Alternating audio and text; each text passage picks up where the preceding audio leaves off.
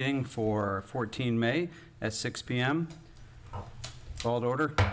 And if you'll please join us in the Pledge of Allegiance.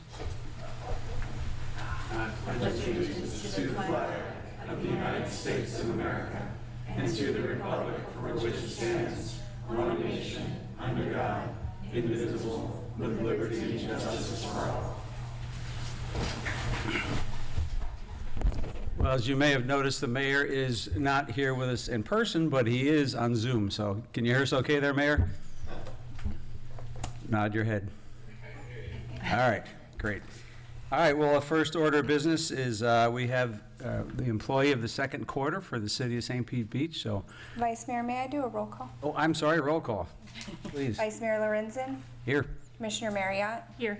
Commissioner Phillips. Here. Commissioner Resnicki. Here. Mayor Petrilla. Here. We have a quorum. Thank you. Thank you. All right, it's all yours.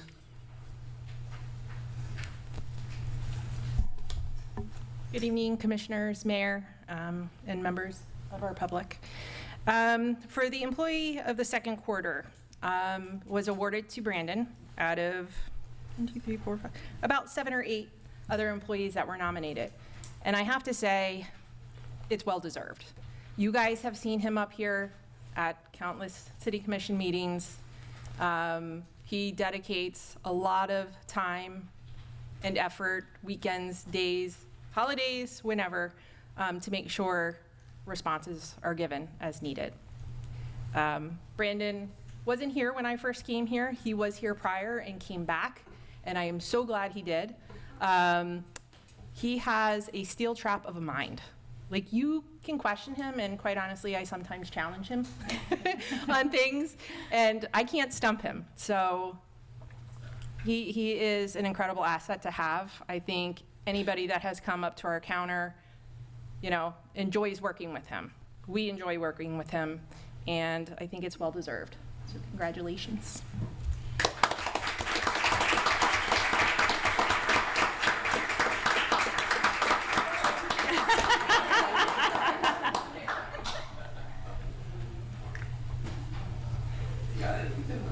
But he gets a present too.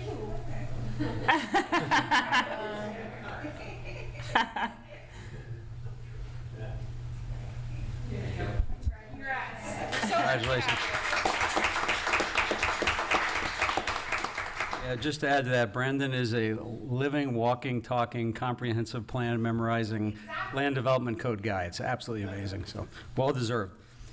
All right, next on the agenda is approval of the agenda. Do I have a motion from anybody? I do have a change to the agenda. Oh, we do have changes. Thank you for that reminder. Okay, I'd so, like to add an action item for approval of Master Pump Station Number 1 construction bid award. and we were going to move that to make that item 5, if that's okay with everybody. And then what was 5 will become 6, 7, 8, 9. Make sense? Mm-hmm. Everybody good with that? Thank you. I also wanted to add a discussion item on flooding resiliency. We'll make that 7D.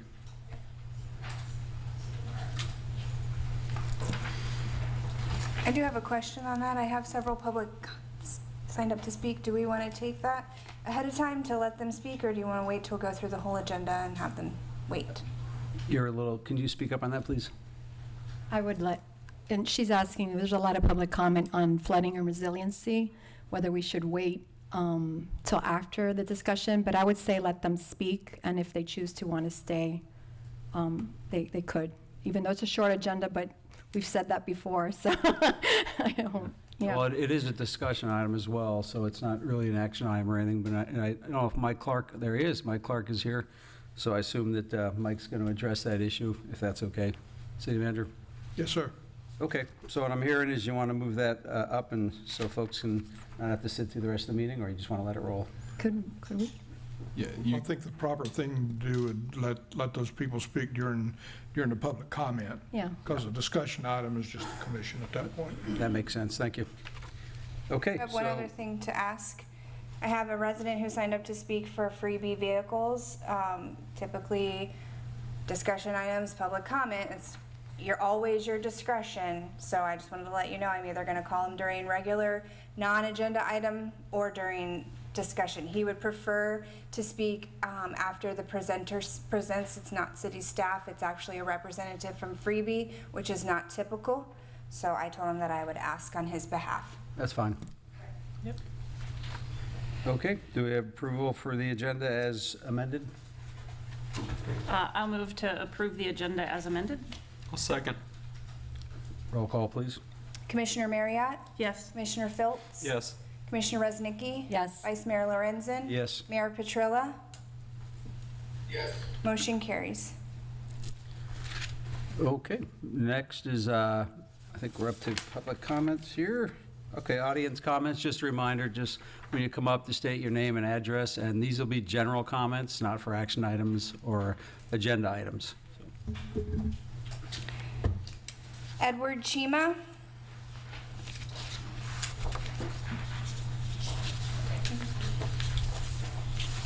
Hi, my name is Ed Kima. I live in Don Cesar Place.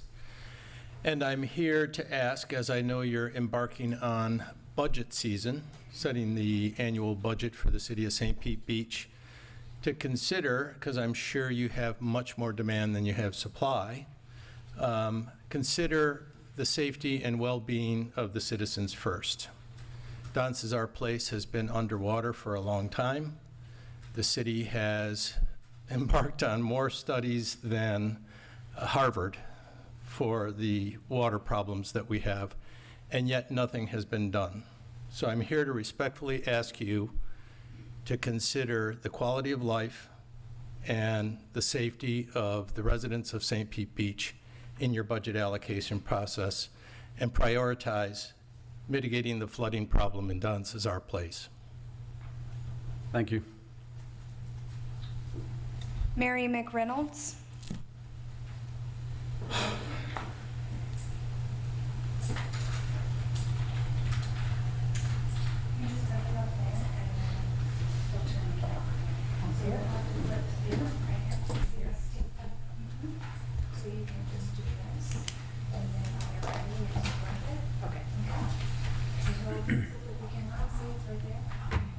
Thank you. Hi, good evening. Mary McReynolds. I live in Don Cesar Place as well, and I bought last April from, I had lived in Pasquarel for 11 years before that, and a rental. So we decided to purchase, and we love the area, so we moved to Don Cesar Place. And in August with Adalia, we flooded 8 inches inside the house. This is my living room.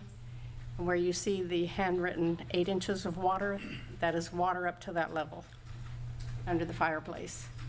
And then in December, once again, we flooded 7 inches inside the house.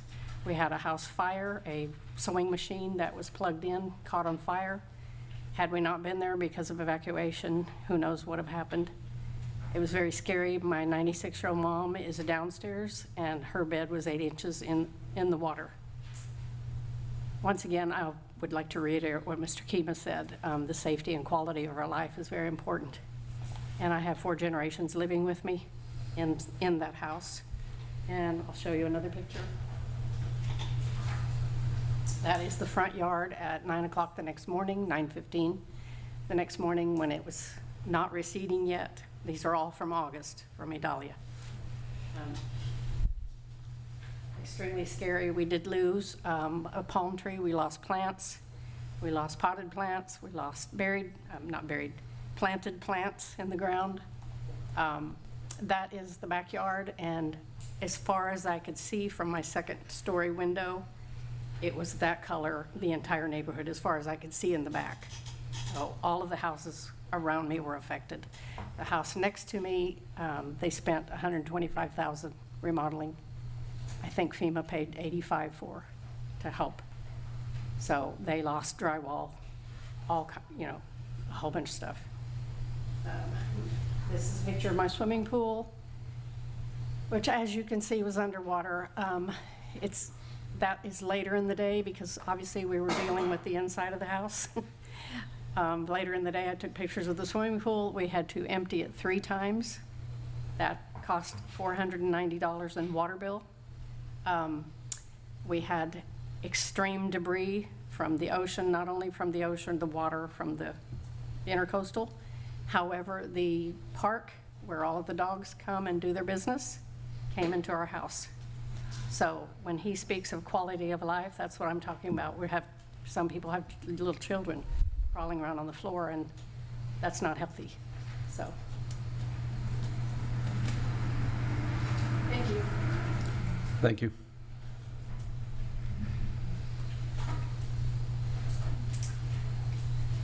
Jerry, I don't want to butcher your last name. I already did Chima, so I said that wrong. Kima. What is it? I'm sorry. What is it? I'm still wrong. Good evening. I am Jerry Icangelo, and You my state wife your and I address, live- please, for the record, Jerry. Say again? Address, please. Oh, it's 2702 Pasagrille Way. And now that you mentioned that, we're right across the street from the old Bush estate, and our home's been in the family for 3 generations. That's over 50 years. So like these other concerned residents, these last 3 storms, especially Idalia back in August of last year, has caused significant flooding and property damage in northern Pasagrille Way area. Now, we used to have some flooding, and it was addressed in the new construction of Pasagrille Way back in 2015 and 2017 time period. Grates, huge underground batten tanks, backflow preventer valves were installed, and that dramatically reduced the flooding in the short term, but recently the flooding has started and become deeper, and the drainage has gotten a lot slower. So what seems to have gone wrong? Well, it appears several things have happened. The check valves to keep the bay water from coming up the street drains have failed. The tanks fill immediately with rainwater and no longer perform as a buffer. The storm sewer drain pipes do not seem to be open enough to carry the volume of water as needed to drain the street. So, was the failure of the drainage system not detected because during scheduled maintenance, or it was and perhaps not identified as a significant problem? I submit that it should have been identified and considered a significant problem. So, like the other concerned residents, what can be done to help? We know we're having another vigorous storm season approaching, so whatever actions that can be taken in the near term to reduce water intrusion and facilitate drainage should be prioritized. That could mean cleaning out the system, replacing check valves, and deploying large temporary pumps. It certainly would be helpful if the vehicle traffic could be limited when the water levels reach some height above the drains. I don't know I didn't go out and measure the curbs, but usually once the water breaks over the curb and you have people plow through the streets, it creates really these damaging wakes. And like these other residents, we know what it's like to have all kinds of debris pushed up into your yard, into your mulch beds, and the damage that's created from that. So we would like to see some kind of no wake zone created, and that the traffic be limited to the actual residents, as opposed to sightseers that find it joyful to speed through and create these wakes. So on a larger scale, though, the budget's going to require prioritization. So we hope our presence here helps the commission aware of our problem while doing that work and getting something in the budget to help us. Thank you. Thank you. Craig Stephen. City Manager, while Craig comes up, could I ask you to just take note of what he said in reference to, and I hate to call it the no-wake zone, I kind of smile at it because I know what he means. After a storm, and this is not something I think is a rule in the city, but for those of us who are living in these areas and are cleaning pretty soon after a storm has left, you said it eloquently. I get frustrated because I've been in that situation when you've cleaned out your garage and then a vehicle comes by at full speed and wakes the whole garage once again. So if you could make a note of how, I mean, I would hate to say our streets have no wake zones. It's kind of sad to say that, but how we could possibly address that since storms are rapidly approaching. Thank you. Name and address, please. Okay, excuse me. My name is Craig Steffen, and I live in the Don Cesar neighborhood. I'm at 3210 West of Basin Avenue. Being the lowest spot on St. Pete Beach, one would think that we would attract more immediate attention to our neighborhood problems. I have been sadly disappointed with the urgency of our needs by the city. I have lived here since 1990, and our neighborhood needs have never been a priority to this council or any other council. I've attended city meetings, neighborhood gatherings, and spoken to my neighbors on issues, yet nothing ever gets done for our neighborhood. Our spillways were placed 2 years ago and exacerbated flooding problems. Valves stuck in the open position, seawalls that were placed in 1927 that are almost 3 feet lower than the current requirements, and no storm drains and roads that are pitched towards the homes instead of away from the homes. We need pump stations in the park connected to water vaults that would pump the water out to the bay and canals. We will never defeat Mother Nature, but need to learn how we can survive and thrive with her. What we don't need is complacency and comments by those like Rich Lorenzen that said to me at another meeting, and others that I have spoken with. So I'm paraphrasing when I say this. But the Don Cesar neighborhood, Rich, has always flooded, and those bought there should have known better or bought somewhere else. No seawall, pump station, spillway, or anything else will ever solve your problems. We need can-do people with can-do attitudes and a city commission that works to solve our problems. And our problems have been studied to death, and the time is now to start implementing solutions, not more studies. Thank you. I don't usually comment on public comments, but you kind of took a little bit of our conversation away out of context. And what I said is it was the property owner's responsibility to fix their individual seawalls. So and we didn't go beyond that. So obviously we're all interested in fixing the big problem of Bassett Grill and Don Cesar Place. Yeah. But thank you. Yeah, we can discuss that another time, but That sounds good. okay, thank you. Becky Purple.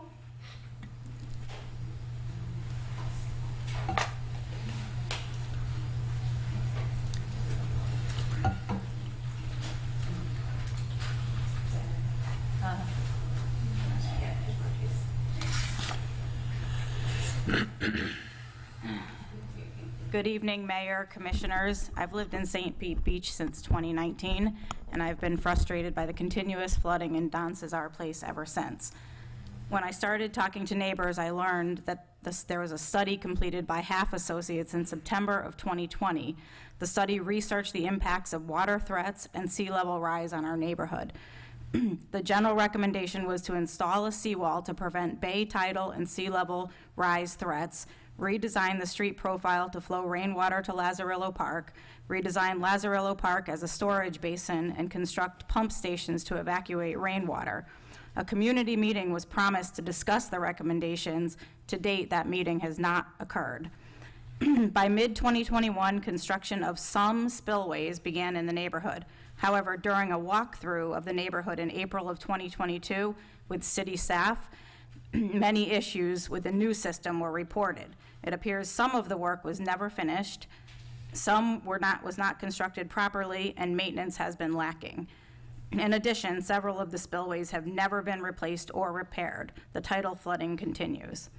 In fall of 2022, during a commission budget workshop, Commission discussed flooding issues in Don Cesar Place, and on September 12, 2022, City Commission voted to reallocate $780,000 towards flooding mitigation in the neighborhood. What happened to the funds that were set aside? We are still living in a recurring flood zone. Though it is easy to blame flooding on king and spring tides, such tides are guaranteed to happen several times per year. In fact, Don Cesar Place starts to flood at about 2 feet above sea level. In 2024, high tide will be at or exceed 2 feet 180 times, of which 43 times the tide will rise to at least 2.4 feet. This does not seem to be an odd occurrence to me. Last Thursday, on May 9th, the weather was perfect. It was sunny, clear day with no rain, no distant storms causing a surge, and winds were a mere 12 knots southwest. At 11:52 a.m., the tide had reached 2.4 feet and was still rising. I walked the neighborhood and took photos of all but one of the spillways, and every single one had flooding on a sunny day in May. These are just some photos and where I took them around the neighborhood. I beg commission and staff to finally give this issue the time, attention, and resources it deserves. Implementing solutions for high tides is a good start. Lastly, I would like to see movement on installing a pump system in Don Cesar Place so that when we do flood from a storm, the water will drain quicker than it currently does. We are often forced to wait several hours for floodwaters to recede, and sitting in water for numerous hours causes more damage to our property and is a danger to residents who do not have EMS access during those times. Thank you for your attention and time. Thank you. Kathy Garchow.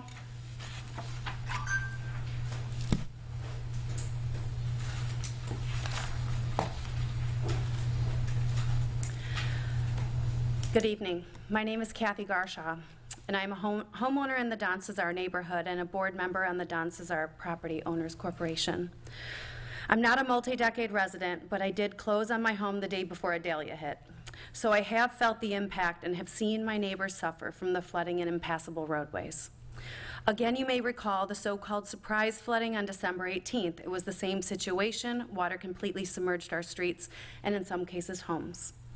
And then just last month, on April 11th, our neighborhood was underwater again. I watched as my neighbor stood by his car, unable to drive to work and had to miss a shift. The water was halfway up into our yards, and that was due to a short burst of rain combined with a high tide.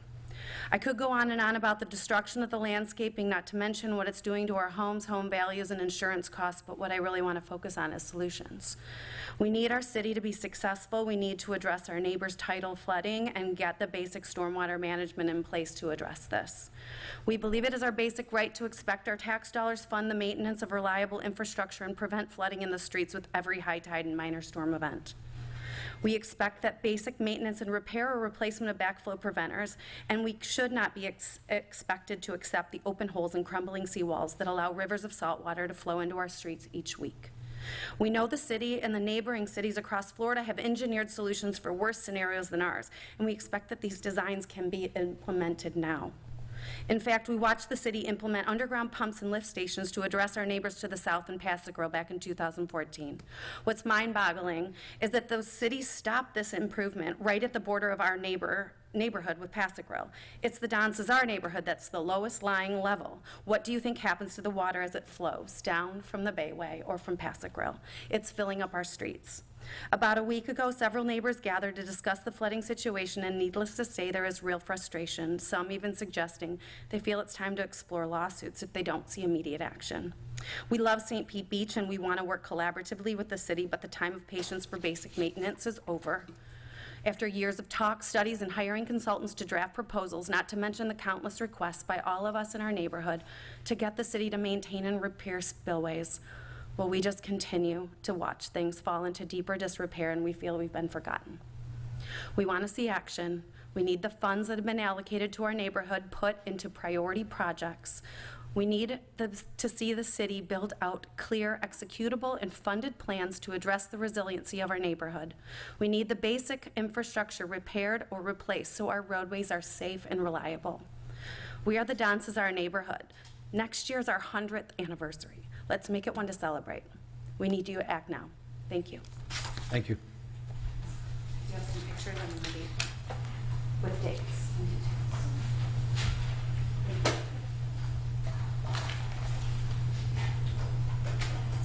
Nancy Fury.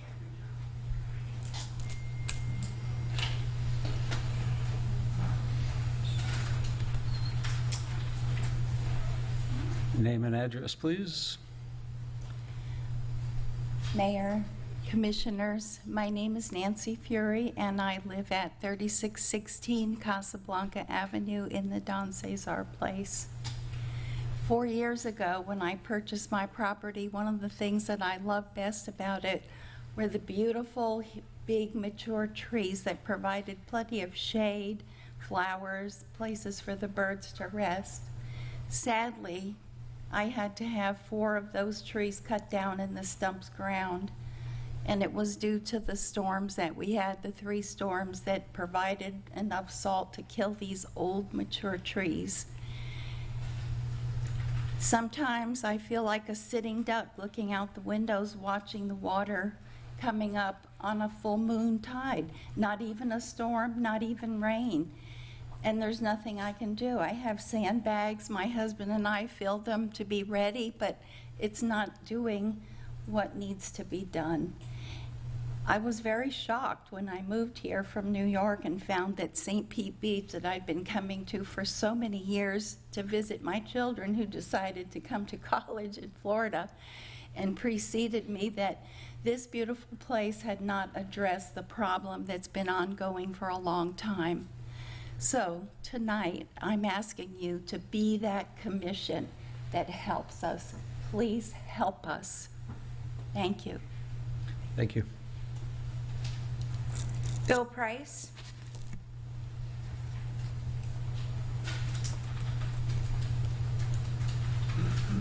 Name and address, please. Yes, my name is Bill Price. I'm at 3512 East Maritana Drive.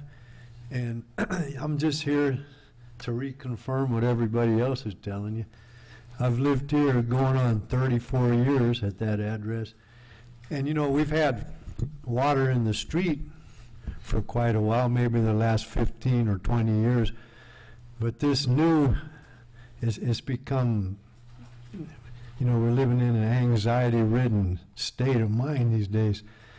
You know, other than the no-name storm in 1991 or 92, I think it was, we haven't had any flooding up until about 2 years ago. And my house has flooded 3 times already.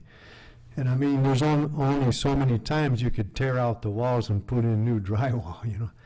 I'm just hoping you guys can find a way to do something with this. I don't know. Just like the rest of the folks here. Thank you. Thank you. Ken Folsom.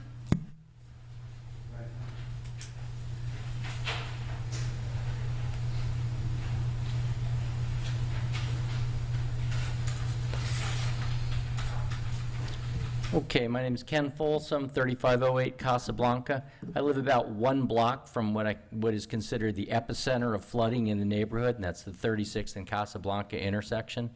The current Public Works Director lives there, and that's either an expression of great confidence in his abilities or he's just terrible at real estate.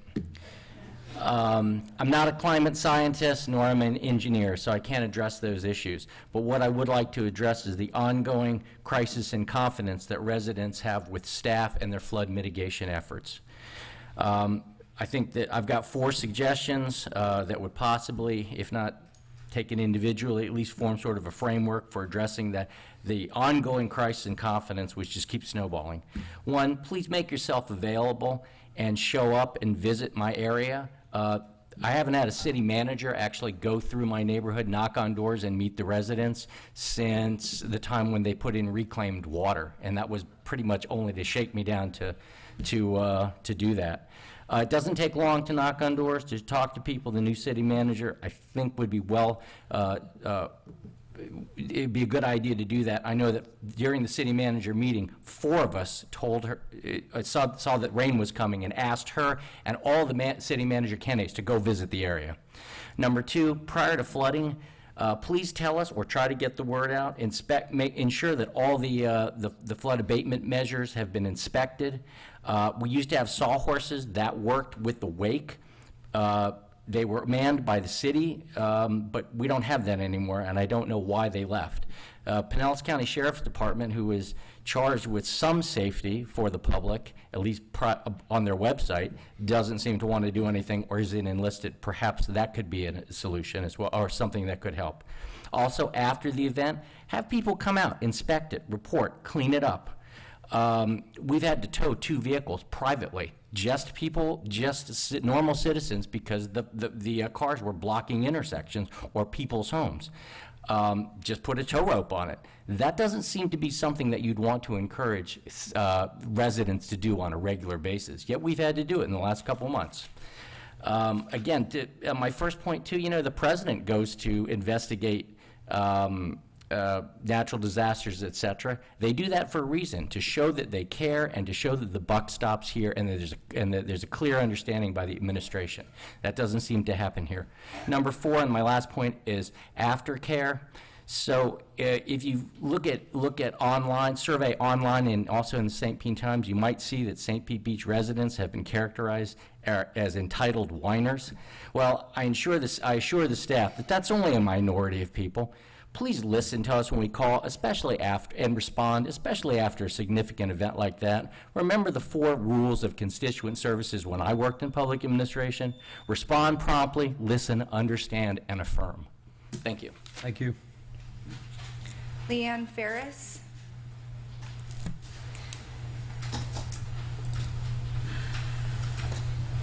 I'm Leanne Ferris. My address is 645 78th Avenue. Protect St. Pete Beach stands with our neighbors in the Don Cesar neighborhood who are rightly incensed that yet another hurricane season is upon us. Could you hold on a second? Mr. Curzon? Thank you. All right. Protect St. Pete Beach stands with our neighbors in the Don Cesar neighborhood who are rightly incensed that yet another hurricane season is upon us with no plan to address high tide flooding in our most vulnerable neighborhoods. We are especially disappointed that our commissioners saw fit to essentially give away our beach to developers preparing to make billion-dollar investments in our community with 0 efforts made to enlist those developers' assistance in obtaining funding for critical infrastructure, including flood prevention and our aging reclaimed water system, from the most obvious and appropriate source, the bed tax. Clearly, Pinellas County benefits greatly from the planned redevelopment in a large resort district.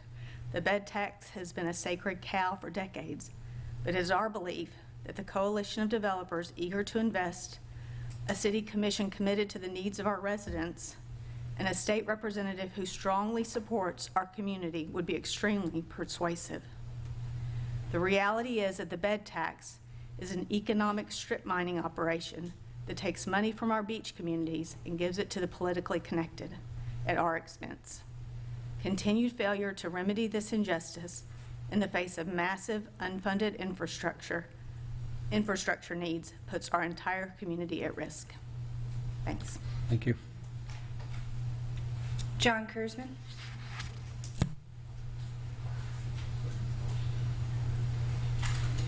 Thank you. On the same topic, Name what and changed? address. John Kurzman, I live off of 59th Avenue, and one of my neighbors actually mentioned, who's lived here 40 years, that the flooding the last couple of years has been much worse. But it's been much worse, and I looked at the NOAA data, much worse even though the water level actually has not gotten necessarily higher. So the question is, what has changed? It might be useful to understand what has changed physically. Has there been a repair to baffle boxes? Has there been something, maybe look into what has changed physically to how things are done? Because maybe what was changed at 59th Avenue is the thing that you need to look at in Don Cesar to make sure is being addressed correctly. Because maybe it's something in that physical nature. Because, people had trees, right? They had trees. We're hearing stories of people lived here a long time. And all of a sudden now they're having in the last 3 years to do all these things. And if you look at the data, there's been high water before then. So something else is going on here. It's not just that. Now, the other thing I wanted to talk about, if we get through the slide, is, I happened to run into, at the PCI meeting, the person who did the traffic study for Serrata and Tradewinds. And the Serrata traffic study showed that they had a certain level of up to 1,400 on Gulf Boulevard. And they then, for the trade wind study, they added all 600, the whole 20 years worth of cars, but they clarified for me at the PCI meeting. They only did the 5-year study worth of traffic, so they weren't using the parallel road, which is what I thought was the reason, that when they added the Serrata, Corey Landing, and Miramar, so in the trade wind study, somehow, trade winds with Serrata is lower than Serrata was without trade winds. So this makes no sense. Now, you know, I once went on appeal where a judge took judicial notice of something, and so I'm sort of familiar with what you can take judicial notice of. So, you know, ovens get hot. That's judicial notice. You can't necessarily say you're doing the math. So it's okay, though, to say you may not know 2 + 2 is 4, but you do know 2 + 2 can't be less than 2. So trade winds plus Serrata can't be less than Serrata. You need to be able to recognize that as a fact. And I don't think they ever explained it. So this was my slide that I did during the hearing at the bottom, and I asked that question, how is it possible? And I thought maybe it was the access road. The guy, when he was at PCI, said, no, it wasn't the access road. They didn't do that. Also, I happened to mention at the hearing, how do they, you know, the unification document doesn't have Rumfish in it, and the resolution doesn't have 5500 Gulf Boulevard. So there's just all these issues that I just hope you guys have figured out how to address. Thank you. Eric Water.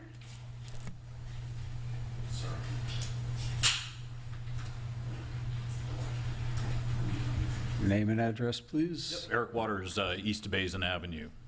For somebody that's a lifelong resident, been out here probably longer than a lot of people. Born and raised up on the north end of the beach here, and my family's had that property in the East Basin for 50 years. The flooding has gotten exceedingly worse. And I've grown up fishing this boat ramp on my boat when I was 11 years old out in this area, so I know it very well. And this continually has gotten worse to the point now my mitigation, what I'm having to do under my house, excavate, put drains in and pumps in because it has just gotten so bad that we are literally having to do something to pump this water out of my property. And the last storm that came through, it was just a low pressure system. I hear cars going through water, and I'm sitting at my desk and I get up and look, and the water's flooding over the curb into my yard. I mean, I get it. That all ties in with the boat ramp. There has to be something done as far as the seawall goes. It's gotten to the point, though, that it's gotten worse, and I've watched it get consecutively worse. You know, our house was completed in 75, 76, or 76, sorry. So being there constantly, it's never occurred to the level that it has. We've literally, in that property, have gotten flooded out, 2 cars flooded out, 1 car multiple times, but that's still running, so, but it's continual. And middle of the night that I have to worry about moving my vehicle, get up at 2 o'clock in the morning to move a car because of the fact that this boat ramp is part of the problem, but also the seawalls are part of the problem. Those are seawalls all in the Don Cesar place are original. Those are all old coquina concrete that's been there since the 20s. So there has to be something done at this point, because now the money I'm having to put into mitigation on my part and pump systems, I shouldn't have to be doing this, really. It's getting to the point to where I've lost trees, I've lost equipment, I've lost a bunch of stuff under that house because of the frequency of the flooding, and it continues to get worse. Literally, any day the water is flooding up in the street on a regular basis. This past week, multiple times it's been up over the boat ramp up into that area on the corner. So with that, I hope you guys really do something. The money's there. We have the largest tax base in some of the areas here. We'd really like to get something done about this, because I'm watching it occur, and it's getting worse on a constant basis. So thank you. Thank you. Lisa Robinson.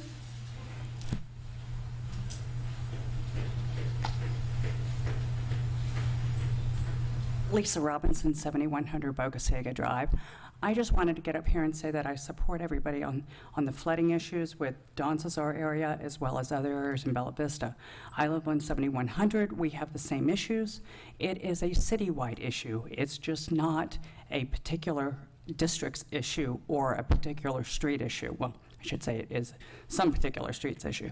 But it's something that does need to be addressed. It should be high up on the priority. It's not going away. It's only going to get worse. I've lived in Florida for 50 years, and I can tell you that in my living out in the beaches, in the last 3 years with all the flooding, it's all been because of sea level rise, and it needs to be addressed. And the same thing with anytime you put down more concrete, more impervious surface, I don't care where it is, you're going to have more flooding. And I'll be talking on Bogosiga Drive as well. Thank you. Thank you. So I have one comment, and again, for a discussion item. Do you want to wait until the discussion item, or do you want them to come Is it now? regarding flooding? No. Yes? Let's do No, it. it's not for flooding. It's for Gulf winds. Let's save that for Gulf winds, I think. Yeah, All right. thank you. Then that is all that I have for cards on general public comment. The rest are on discussion. Amber, you have items. somebody coming up. Oh, hello.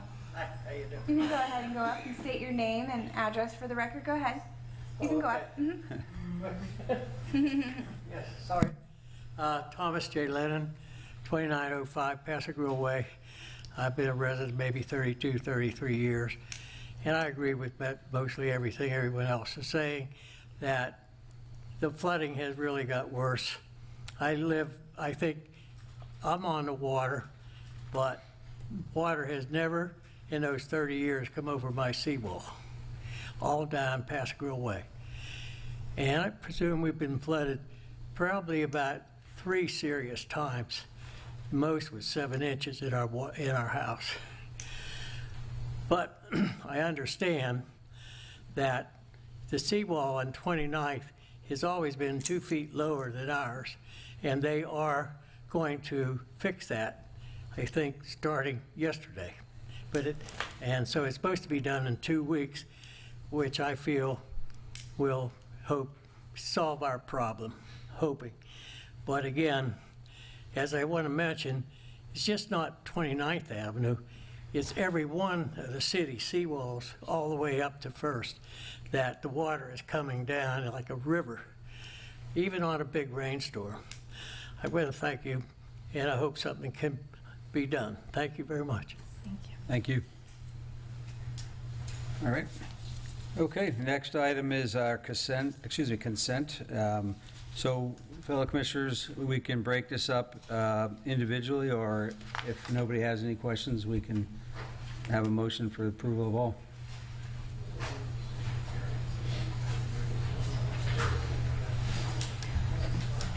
If no one has any objections or comments on any of it, I would make a motion to approve consent items A through E. We have a second? I'll second. Roll call, please.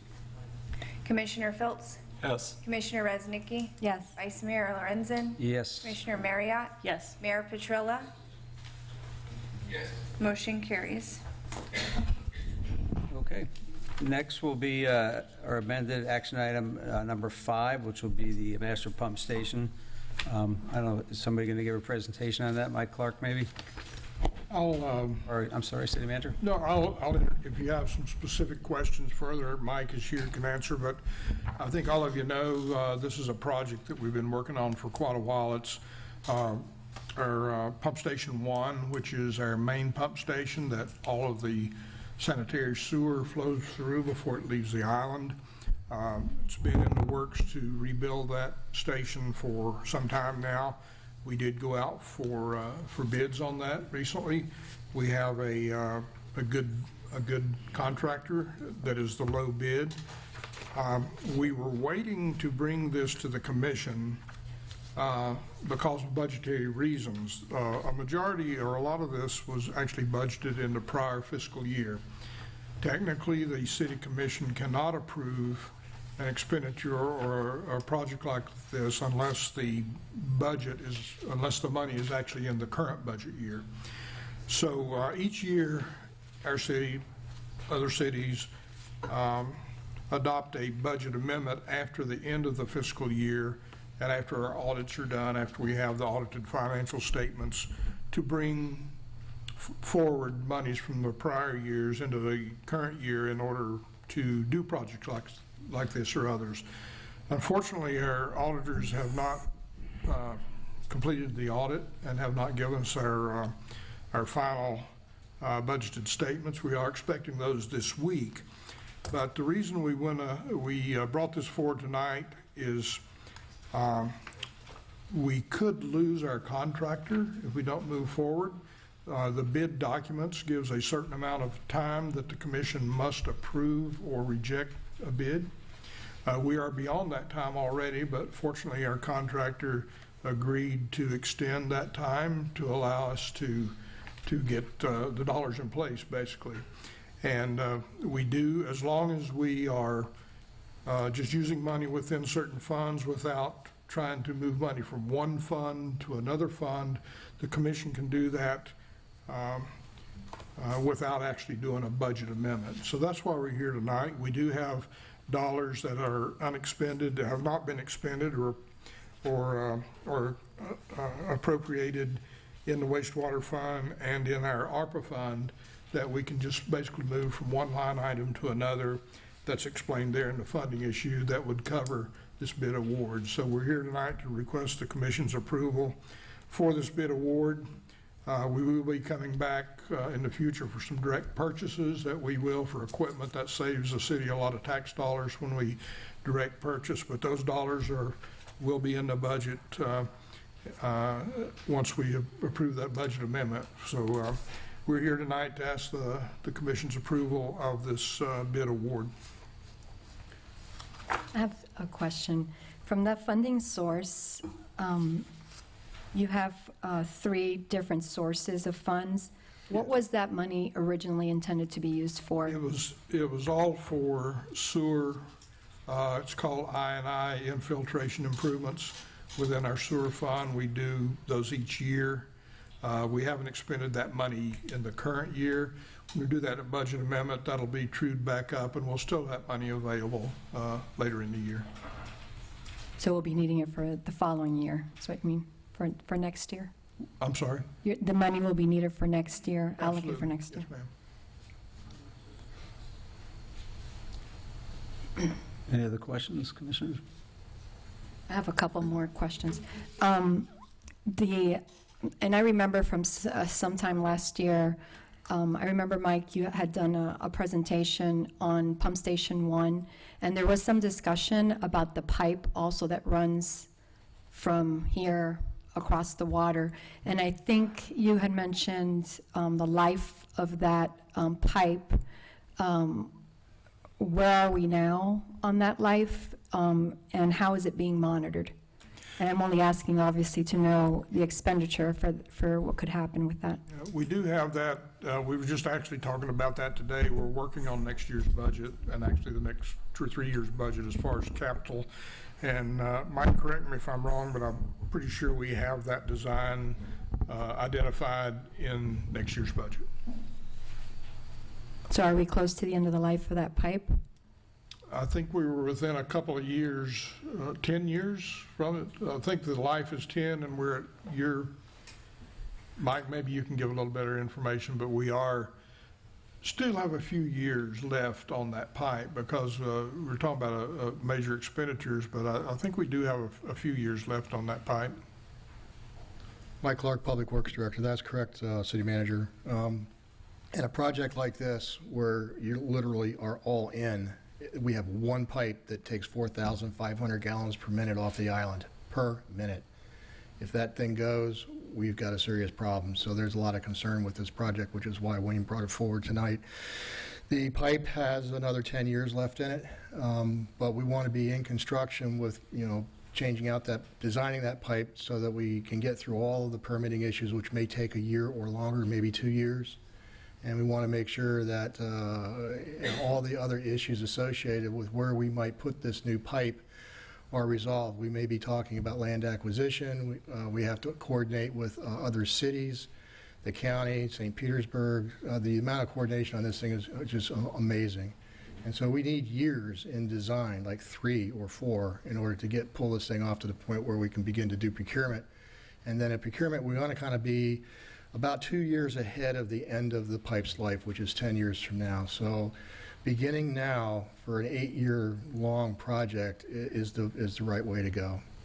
How old is that pipe right now? Do you know? A little bit over 20 plus years, I believe. It's good for 30 before we start getting nervous. I'd be nervous already.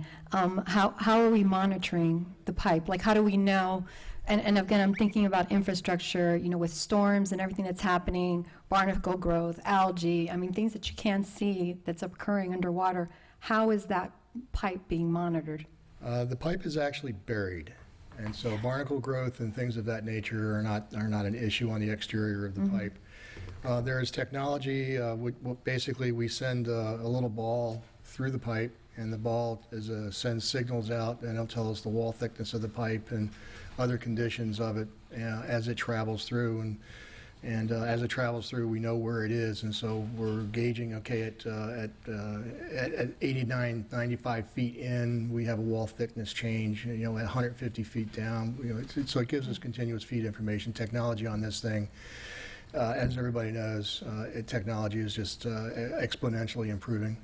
So we do this yearly, like it's being... No, it's not necessary to do it every year. We'll probably do it one more time during the design phase sometime 3-4 years from now. Okay, thank you. Any more questions? Mike, while we get you up there, the current submersible pumps, the diesel generator, and all the other associated systems, any idea when those were first put in, or when they were put in, I should say, roughly? The whole system itself is 20-plus years now. Okay. And pump number 2, so when we go to redo pump number 1 here, pump number 2 picks up the load? It's actually a 4-pump station. 1 pump is permanently down. Pump number 3 is giving us fits and starts, but we have 3 on station right now. What happens is pump 1 is the primary pump, and it will go until it reaches a capacity, and then the second pump will automatically kick in, and those capacities will then balance each other with variable drives. As they creep up at peak times of the day, in the morning when everybody's getting up, and in the evening when everybody's getting ready for dinner, pump number 3 may come in, and then they will all work together, but they'll work at less strength and still push that water. I apologize, I used the wrong term. I meant lifting station 2. So when we bring 1 down for this overhaul and refurbishment, then number 2, if I have the correct nomenclature, lifting station 2 picks up the load? No, lift station 2 will continue to pass the water to lift station, or pump station 3, or pump station 1 that we're talking about. It's pump station 1 in Lazarillo Park, pump station 2 at 55th pump station. Got it. Or in reverse. 3 is the south, 2's in the middle, 1's in the north. Pump station 2 will continue to push to pump station 1, and we will have a bypass set up that will feed the water. That's a very expensive component and a high-risk component of this project. Thank you. Actually, I have one more question that I was just thinking about, which I was going to ask. So the bid that was back in September 27, 2023 was $7.311 million, and we reduced it, or I don't say reduced it, we put out other bids, right? It was reduced by 3.981 some change million. How in a time when costs are going up, how was it reduced so significantly? We partnered with the engineer firm Kimley Horn and the contractor to sit down and take a look at all the components that are in the design. And we were able to identify with their expertise a number of areas that we could combine, reduce, or eliminate certain activities, and those costs would be off-ramped. That's the value engineering portion that we have. And then by removing major components for purchase, those costs were then removed from the contractor's bid with their agreement, and that's how we were able to get down to a number that we could afford today. And just to add to that, when we remove those direct purchases, we save all the sales tax And so it even reduces the cost further because we direct purchase them. We do not have to pay the sales tax, but if it's included in a contractor for him to buy it, then he puts that sales tax in the bid. So that is an additional savings for us. Well, he also puts his profits on that piece of equipment, and we get a better price sometimes on our exchanges. And so the $455,000 or whatever it was that he put in his line item for the generator, we're actually able to get that for closer to $415,000. Okay. And those prices are included in this total? Like what we're purchasing as far as equipment? That's going to... The purchasing that's gonna be equipment is separate. not. Okay. We'll be bringing those forward to you. This is the later on. contractor. Then Do you we'll have an bring- estimate of what that is, more or less, right now? Yeah, there's another, I didn't bring those numbers with me, but there's, I believe the total project cost we decided was 5.9, I believe so. And the commission has already approved some of those direct purchases. Okay. I think close to 1.3, 1.4 million were already approved by the commission. Then we'll be bringing the final ones to the commission in the next month. Okay. Thank you. Any other questions from the rest of the commissioners? All right, somebody like to make a motion? I will move to approve the Master Pump Station Number 1 Rehabilitation Construction Award to TLC Diversified in the amount of $3,981,888.15. You have a second? I'll second. Roll call, please. Commissioner Resnicki? Yes. Vice Mayor Lorenzen? Yes. Commissioner Marriott? Yes. Commissioner Phillips? Yes. Mayor Petrilla? Yes. Motion carries. Thank you. Okay, next on the list is ordinances. So this will be the first reading of ordinance 2024-01. City Clerk, if you would please read that. Ordinance 2024-01, an ordinance of the City of St. Pete Beach, Florida, amending the Code of Ordinances, Chapter 22, Boards, Committees, Commissions, Article 6, Technical Review Committee, parent TRC, Section 22-146, Membership, providing for codification, conflicts, severability, correction of scrivener's error, construction, publication, and an effective date. Yes, thank you. If I may, Please. Vice Mayor Matthew McConnell, Assistant City Attorney. So mid-year last year, the commission authorized the city clerk and city attorney to begin attending the TRC meetings. We've been doing so in the interim, but what this ordinance does is actually add our attendance to the membership. So if you review the ordinance, there's two underlines, one being the city clerk's office and one being the city attorney's office. So unless there's any questions, we've already been attending, and I believe the clerk has as well, to keep meeting minutes. So this would just solidify it in our ordinance. Questions? Comments? If somebody'd like to make a motion.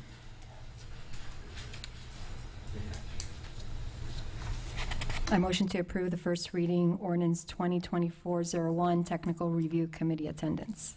Second? Roll call, please. Vice Mayor Lorenzen? Yes. Commissioner Marriott? Yes. Commissioner Phillips? Yes. Commissioner Resnicki? Yes. Mayor Petrilla? Yes. Motion carries.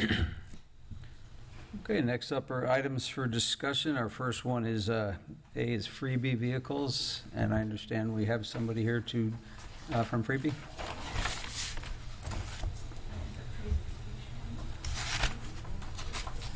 Good evening, Commissioners.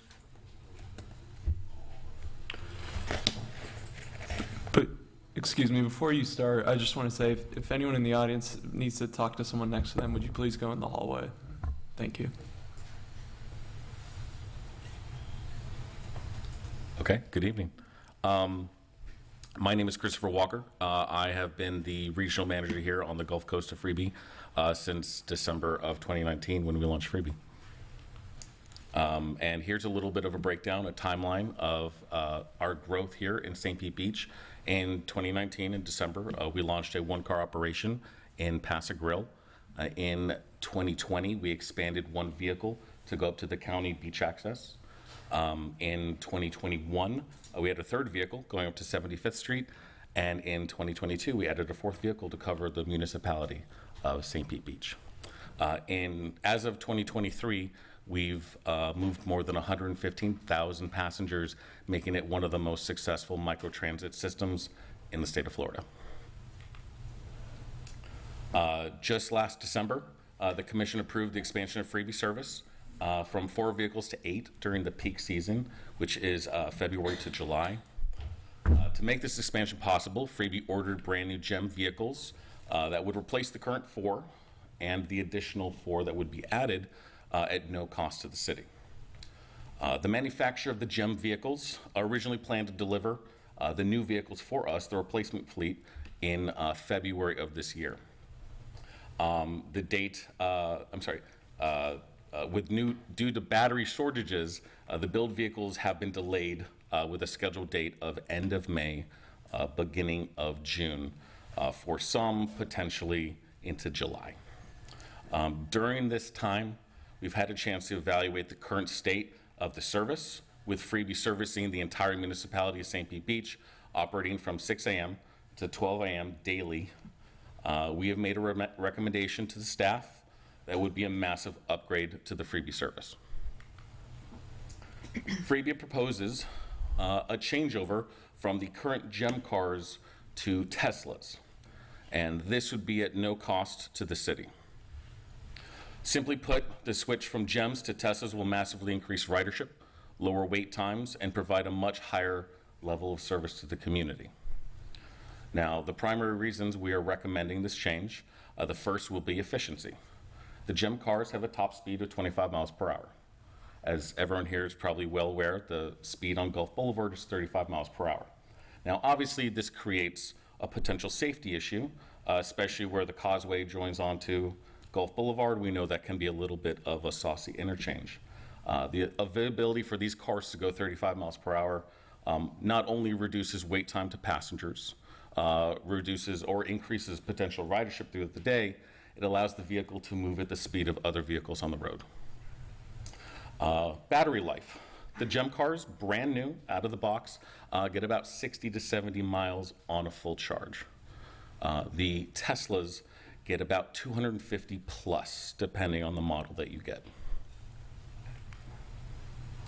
Customer experience. Those of you that have been in a Tesla know that it is a luxury comfort vehicle. Obviously, people who are riding on will have a more comfortable experience. For both tourists and locals who ride, our ridership is more than 50% local, will have a much more comfortable experience. AC and heating. We are unable to outfit the GEM vehicles with heaters or air conditioning, meaning that in the hot summer months, it can be a little less comfortable for both the drivers and the passengers. And that small time of year in February, usually, where it gets very cold, everyone kind of has to bundle up to get in there. With the Teslas, you have full range of both heat and air conditioning. Flood closures, rain delays. With Tesla vehicles, we will no longer need to pause service when there's disruptions due to torrential rain. Unlike GEM vehicles, which we do need to pause the service whenever there is standing water or torrential rain outside, which in Florida could be anytime, really. And safety. The Tesla is the #1 safety rated vehicle. So you're talking a vehicle that, as a low-speed vehicle, the GEM car is not equipped with airbags versus a car like a Tesla, which is fully equipped with safety measures. This is a mock-up. This is a Tesla Model Y. Obviously, we put the city branding on there, and all of that is subject to change at the pleasure of the city. But that would simply be what we would be proposing to replace the GEM vehicles.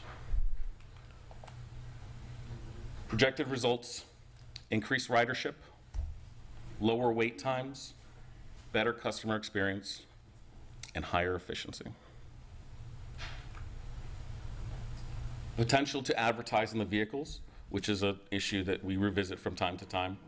We have the ability to subsidize a portion of the city's costs by selling advertising to local, regional, and national sponsors. The City of St. Pete Beach would have full approval on any advertiser and advertising content before it's placed on the vehicle. And all advertising would be split 50-50 equally, and projected generating between $50,000 and $125,000 in subsidy that would be provided back to the city. And here is just a mock-up of 1200 degrees chop house on the side of the car, and how we tend to put advertising in the cars. And thank you guys so much for your time this evening. Thank you. We're going to have some questions, I think, so you might not want to sure. go. Well, at least I do. I don't know if everybody else. A couple of questions. No particular order, but just because as you were going through the presentation, Sure. So are Teslas able, you just heard a bunch of people talk about water, right? So Yeah, standing yeah. water. So are you telling me Teslas can go through standing water? They can go through standing water. So unlike a combustion engine vehicle, that you're going to flood your engine, that's not an issue with a Tesla. Now, for safety's sake, we will not be driving through floods, and we will not be driving through rain that is, dangerous for passengers to be getting in and out of the car. But yes, in comparison to the GEM car, which the internals of the vehicle are not protected at the bottom of the car, unlike a Tesla, which is pretty much a steel plate on the bottom of the vehicle. So when where's the battery located on a Tesla? the battery is on the bottom of the vehicle. Okay. And you know there's salt water, it's not just rainwater. Oh, correct. Yeah, no, we're not proposing driving through floods, of course. But here's let me specify the difference. If there's like a little standing water on the side of the road and a GEM car drives through it, that water can splash up underneath. There are sensors there that when they get wet, to protect the vehicle and the electronics, they'll shut the car down. Okay. Which leaves the vehicle stranded. Unharmed in the long run, but to protect itself, it will turn itself off. Unlike the Tesla, where splashing through that water will not cause any long-term harm to the vehicle. What's the capacity of that vehicle? How many passengers could ride? Driver plus 4. So capacity would be down by 1 passenger. But our data shows that only 2.3% of our rides are for 5 passengers. And when, are your vehicles going to be like babies and kids, right? Those who need booster chairs or baby seats, because you're now using Teslas. From my understanding, they weren't required in the GEMs, but now they would be required, correct? Oh, no, booster seats are required for children between the ages of 4 and 5. On the GEM, you mean? On the GEM and the Tesla. And car seats we do not provide, but parents are more than welcome to install them when they're getting a ride. Okay. And then on advertisement, and I know this can be a discussion later between the commission and I hopefully we can get input from the public as well. Is advertisement only available by placing it on the vehicle, or is there also advertisement? I think I remember from the app, and I would have to open it to remember, there is advertisement when you request a ride, right? Like it tells you these restaurants are nearby, these are offering discounts. I see some nods in the audience, so I think I'm on the right track with this. Are we receiving discounts through the app ads as well? So all the ads on the app, to my knowledge, are not paid. Those are offered as a courtesy to local businesses to promote themselves, and it's something we call the carousel. I believe we can do paid promotions to be sponsored.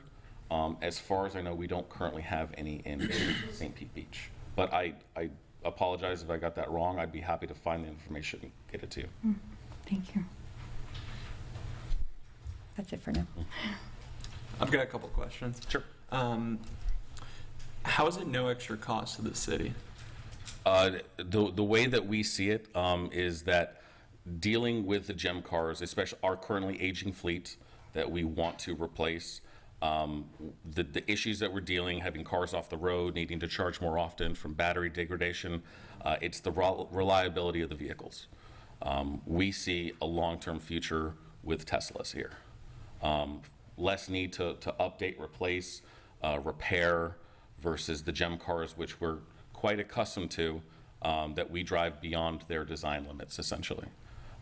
Being on the road 18 hours a day, 7 days a week, in the salt water, salt air, it has wear and tear on the vehicles. So for us, we see it as just a benefit across the board to be able to provide something that is far more reliable, both to represent the company, but also to serve the community. So it'll be a 1-for-1 for each one that we have? Correct, yes. And what is that number currently? 4. 4? 4. Okay. Are there other communities, I think you mentioned that you're doing this and now and switching them to the Teslas?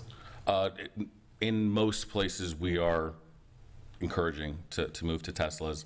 And most, I believe the data is, the average is somewhere between 20 and 40% increased ridership in the areas that we move from GEM car to a Tesla.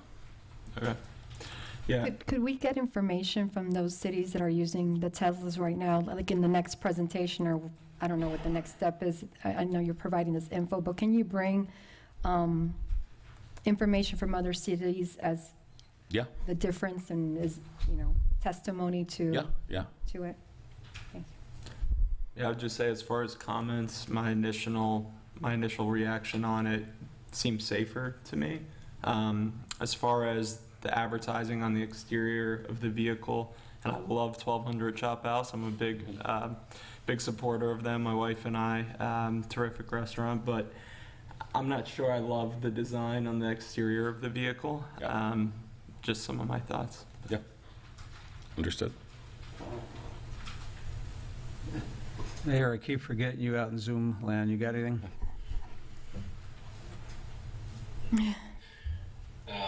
You've mentioned increased ridership multiple times. Do we currently have a lack of ridership problem? No, there's definitely not a lack of ridership problem. Our primary issue is with battery degradation, that the cars are spending a lot of time on the charger because they're spending so much time on the road. They're essentially burning their batteries down, and then they have to charge, which slows things down. So the issue isn't so much that people don't want to ride, it's that our ability to service the rides has become capped out at the moment. So what data do you have that shows that, with switching to these cars, you can increase ridership while maintaining similar or improved ridership experience, and primarily in the sense of waiting? I can speak for myself from personal experience. The last 6 months, about 50% of the time that I've tried to catch a freebie, I can't get one. Right? And so is that because the cars are down, or is it because we have too many people requesting the service? And how is switching to this going to improve situation like this? Sorry, I didn't mean to interrupt. I believe that we can pull the data for you to show where our ridership, with the request peak, and where cars, essentially are off the road to charge. We track all the data across, the days and weeks and months. So that's 100% something that we can provide.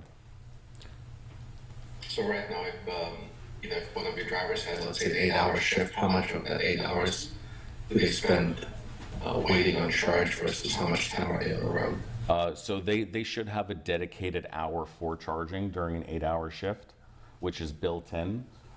They will probably be on anywhere from an additional hour to additional hour and a half during that time. And most of this is due to battery degradation, which was the first argument for us coming to do a full replacement to get new batteries on the road. Those 60 to 70 mile batteries are probably getting somewhere between 30 or 40% less at this time. So they're probably getting 35 to 40 miles out of that 70, or maybe 45 miles out of that 70. Okay. So with the Model Y having a range of around 300 miles, not going particularly fast, does that mean you now will be able to service probably 24 hours without charging? Oh no, that wouldn't be 24 hours. Well, you're talking about a single vehicle. It would probably charge between shifts, and if we ever get put into a pinch where, you know, ridership is so high during peak season, something like that, we can actually utilize the phase 3 chargers, the ones you see at like the Wawas, the big Tesla ones, which charge about 10 times as fast as our phase 2 chargers that we have kind of throughout the island, both public and dedicated for freebie. So where is the closest phase 3 charger? I believe, I would have to look it up. I think it's in Pasadena. Or yeah, Skyway Marina District I know has some. The Wawa there. Mm-hmm. And it's a good 15 minutes each direction. So with the current freebies, you know, one of the challenges is their low-speed vehicles are limited to 25 miles an hour, which seems to infuriate some people. Again, just what I'm experiencing driving down Gulf Boulevard. Yeah. I think the challenge with the Model Y is you're going to have the exact opposite problem. Okay, I'm sorry, do you mind saying that again? Well, so with the freebie right now, they're limited to 25 miles an hour, which may contribute to additional congestion because of how slow they're going. With the Model Y, you may have the opposite problem because if you've got a lead foot, you can easily hit, you know, very high speeds on those. So will those have some kind of speed limiter built into them so that they can't exceed? Or will you have some kind of monitoring software or something else that, you know, will prevent them going 100 miles an hour down Gulf Boulevard? So we do currently have monitoring software in the GEM cars, which is also installed in all of our Teslas as well. In addition to that, Teslas come standard with a speed governor that you can set to any speed. So, you know, with the speed limit set at 35, as a company across the board, we could set the speed limit of the vehicle to 40, so that, you know, no one would ever, you know, go beyond a certain point, but they've got a certain safety limit of, you know, maneuvering speed. And if the city wished us to keep it right at 35, we could certainly do that as well. And then, what do you anticipate? And I'm not asking you to predict the future here, right? But, you know, it's, you know, we're switching over to a Tesla at no charge today, you know, and we have a certain hourly rate that we're paying right now, roughly 35, whatever it works out to. What does that look like when we renew in 2 years' time? You know, I don't know the answer to that question. I would be happy to get it so it's not a mystery and no one feels like it's going to pop up out of nowhere. But I mean, we're 100% dedicated to the 2-year contract with the Teslas at the price that was agreed upon for ahead of time. Let me rephrase the question. Yeah. If you're bringing on somebody new right now who does not have a fleet, who's just a brand new customer, roughly, and I'm sure you've got, you know, a range, roughly what would they expect to pay hourly for it? Unfortunately, I can't answer that question simply because I work in operations and I don't deal in that particular end of the company. But like I said, I'm happy to find information, other contracts with other cities in using similar vehicles, just so that you have a template to go off of. Okay. Well, since you're in operation, maybe you can answer my next question. This is a question I've asked now probably 6 or 7 times. How can we have something set up where we would give priority to the residents? How would you set something up that gives priority to residents? Yep. There's a very tough way to do it, which we've done in other areas that serves a smaller community, where there's a portal where residents sign up through the city, essentially, to be added to a list. And when they call for a ride on the app, they will essentially be on a different pickup list, which is pre-approved by the city, verified through licenses or however you'd like to do it, that someone is a resident. It is a lot of hoops to jump through. It's a lot of administrative stuff, but it is something that we have done in the past to make that happen. Okay, so what cost would be associated with implementing something like that? To implement it on our end, it would just be, I think, a build out of a system that we already have. I think it would mostly be, because we would be a partnership with the city, I think the cost would be on the city end. Finding a route for people to get verified through the city so that, you know, that we can set up the portal for the city so the city can manually add people's phone numbers, email addresses, so that when they're on the app, they're sort of pre-approved. But that is a lot of legwork and administrative work. Okay. Thank you. No problem. Any other questions, Commission? Okay. Oh, I'm sorry. No, I was going to say, I don't think I have any questions. I think that, you know, on the one hand, I hate to lose the you know, the look of something that's very different and very obvious that it's this, you know, free microtransit service and it looks different than the other cars on the road, and I think there's some value to that. But from an operations standpoint, I can certainly see how this would be an improvement in a whole lot of ways, not the least of which is probably for the health and safety of the drivers in the summer. And so I see the benefit there, and I think as has been mentioned, I think as long as we get some clarification on the potential of you know, future costs associated. But on the other hand, I mean, I would imagine if you all are phasing, if you all are working this direction, my guess is that when you're doing new contracts in new places, you're not even offering the GEM vehicles. No. Yeah, so it will be what it will be. Yeah, perfect. Thank you. Hi, Jennifer McMahon. It was on discussion tonight because we wanted to get the direction to see if we even wanted to switch. It sounds like that's a possibility. So what we will do next is bring it as an amendment to the current agreement, because it does specifically talk about the EV6 in our agreement that went out with the bid package. So we would have to do an amendment, and then I think at that time we can bring some of the data that you guys have asked for tonight, so you have that before you actually make any amendment to the agreement. So is that the direction I'm kind of getting? Well, before you give any kind of direction, we do need to hear from the public comment. Okay. Gotcha. Greg Christopher. My name is Greg Christopher. I live on 11th and Paso Grill. And I would like to see maybe a mix, maybe a couple of the freebies.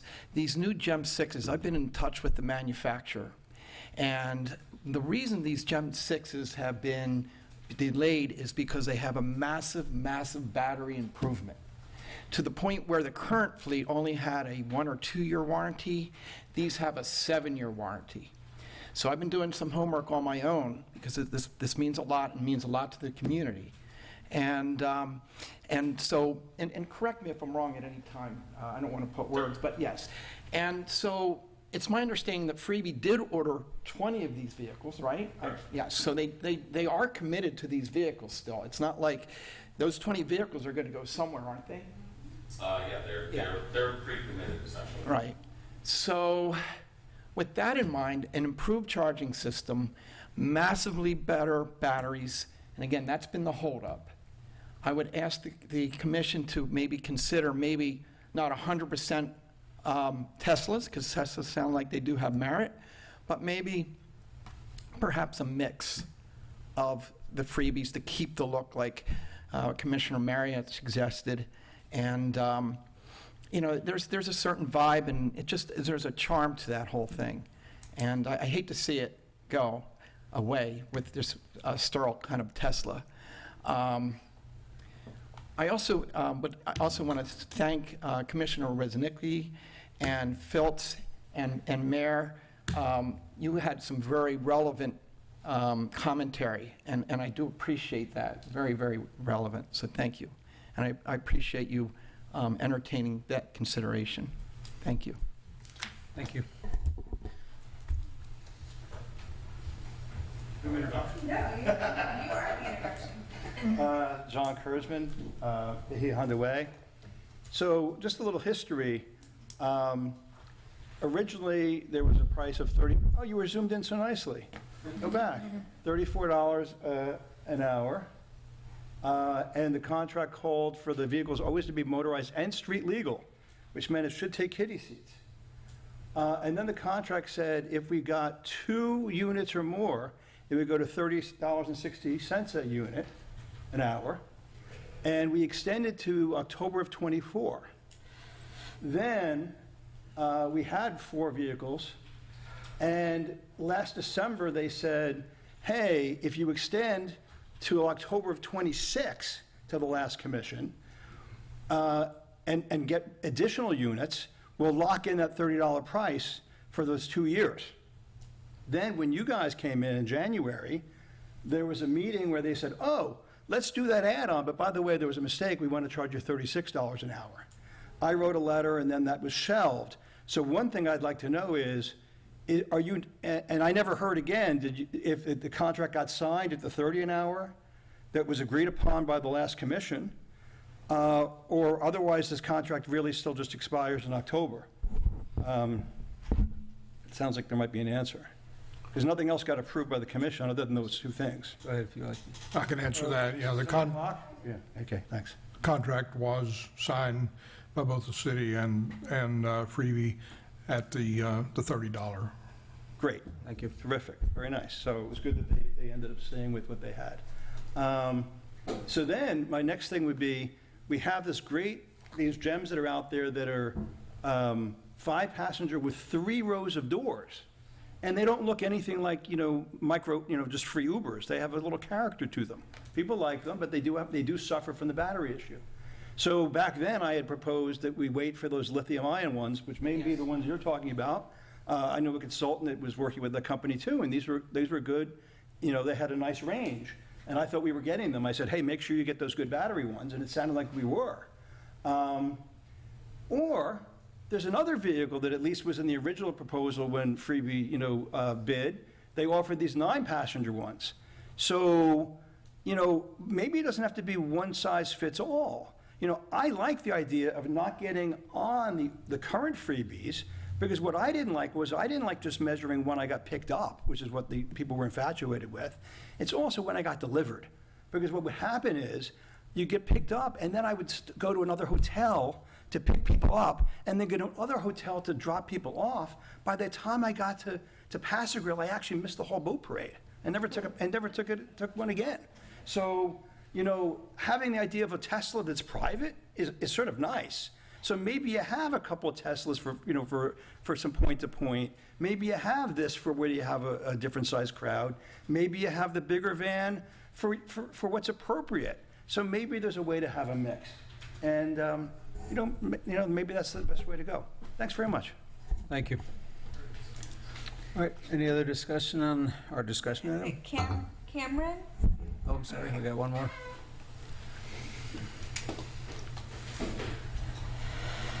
Cameron Mazzucci, West Maritana.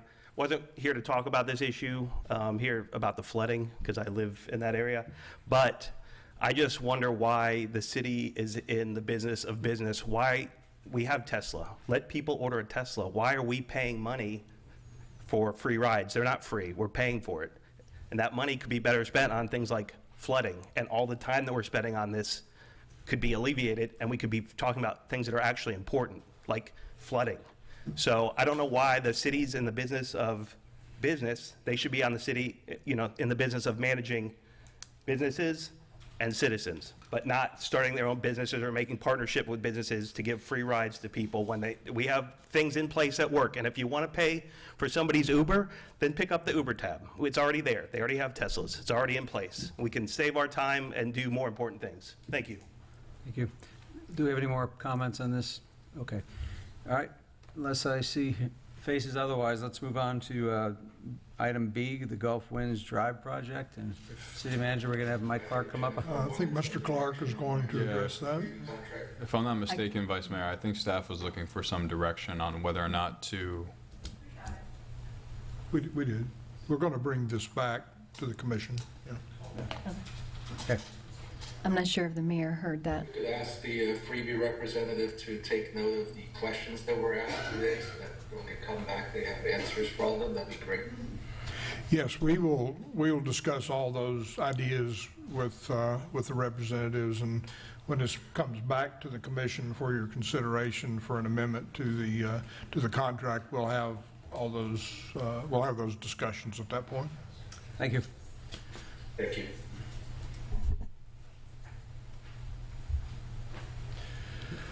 Mike Clark, Public Works Director. The topic of Gulf Winds Drive. Given the direction that we received following the Bogosiega design review, we thought it would be prudent to bring the Gulf Winds design review back up for your consideration and get some guidance if you have any. Otherwise, my recommendation is to proceed to procurement. Let me add a little bit to that. We do have bids already on this project, I believe. Is that correct, We do Mike? not. We would be going into procurement. Yes. And this design is similar to what we had for the Bogosiega. I personally have not received the negative comments like we did on the Bogosiega. I'm not sure what y'all have received on that, but like Mike said, we just wanted to get it in front of you before we went any further with the procurement process. Of course, that, those bids had to be brought back to the commission like we did on the other one for y'all's approval, but there's things we have to go through to get to that point. So we thought it'd be good just to talk about it tonight, to see if you want us to go ahead and bring that forward to you and let you decide at that point whether to move forward with the original design or if we want to go back to the drawing board with another design for that project. As y'all know, we'll be having a community meeting on the 29th, I think it is. Is that, we do have a community meeting scheduled to talk about the Jennifer says 22. 22nd? Specific for the Gulf Winds?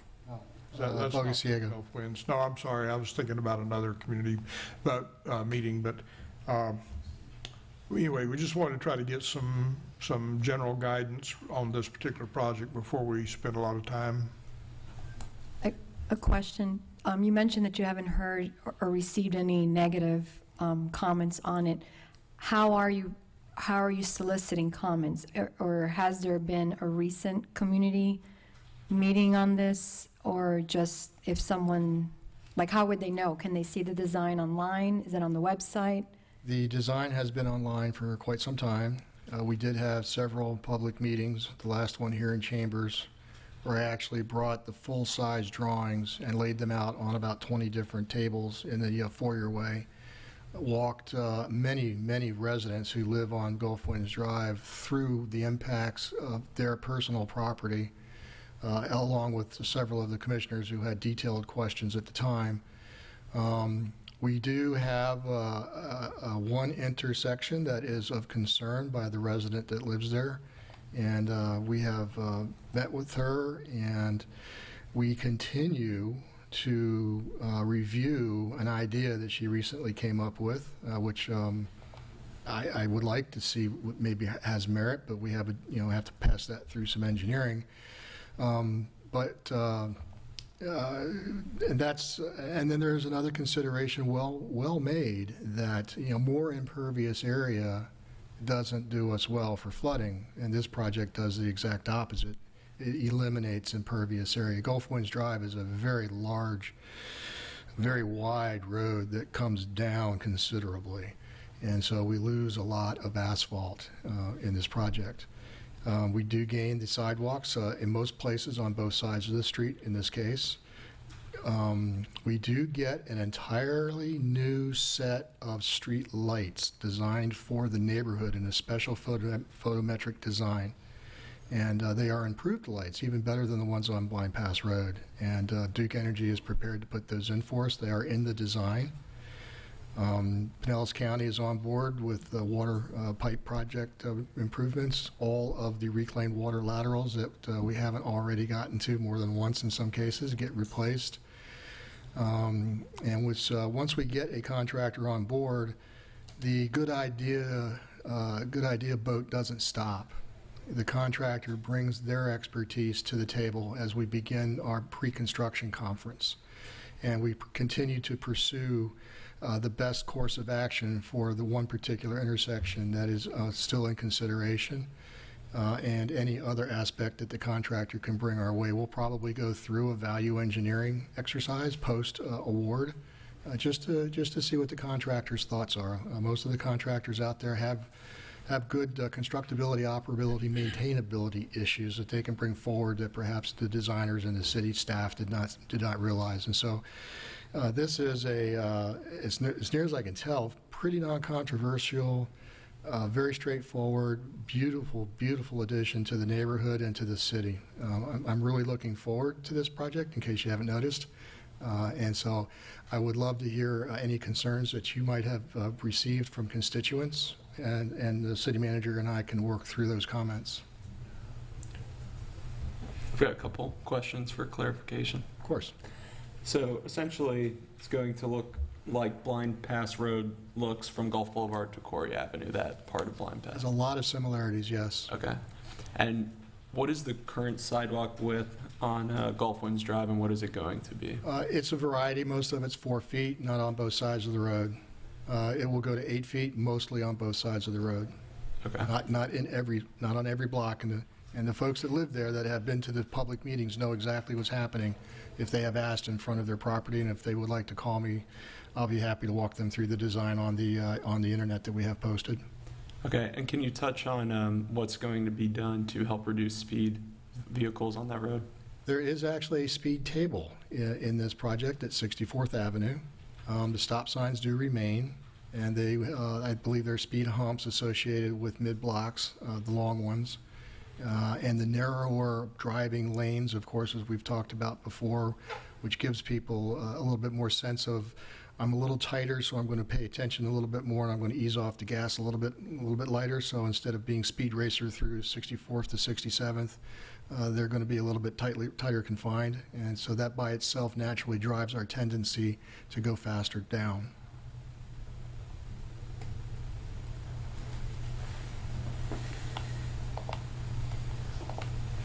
Anybody else?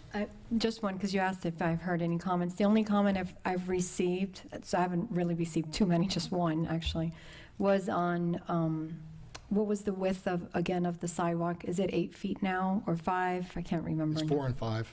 So it's a varied. And there's one small neighborhood in there with 6. Okay. Where we actually connected from Blind Pass Road through this Gulf Winds to get to the outfall structures on the bay. Okay. At 72nd Avenue, I believe. And that comment was because they were, again, about the permeability, like you kind of mentioned or alluded to. Why not just have them all 4? So you could have either it's more, I have to look through all the plans to see why it's 4 or 6. The design is consistent at 8. Oh, it's consistent. And we've been through the conversation with Bogosiega and all of the aspects that an 8-foot sidewalk brings to pedestrian and bicycle capabilities, and the idea that this is a wonderful throughput for folks who want to get from the downtown core all the way to Gulf Boulevard without having to actually be on Gulf Boulevard. Mm-hmm. This provides that opportunity. So from your feedback from the meetings that you've had with the community, the majority, I'll just say, were in favor of 8-foot sidewalks. I don't in front of your house. I don't recall that it was necessarily a big point of discussion. It was more the holistic aspects of shrinking down the lanes, providing sidewalks where there are none now at all, getting folks out of the street and onto the sidewalks, walking their dogs. A lot of landscaping goes into this because of the roadway width that we're able to narrow. A lot of really great landscaping opportunity. It really transforms this particular road into more of a neighborhood feel. And so my recollection of all the meetings was a lot of conversation about what happens to my property and my driveway, and just the overall aspect of turning this back into a neighborhood instead of more of a commercial district.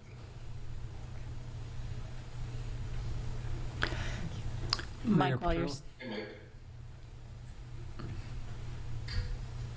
So Mike, how much of Gulfwood Boulevard is going to have bike lanes?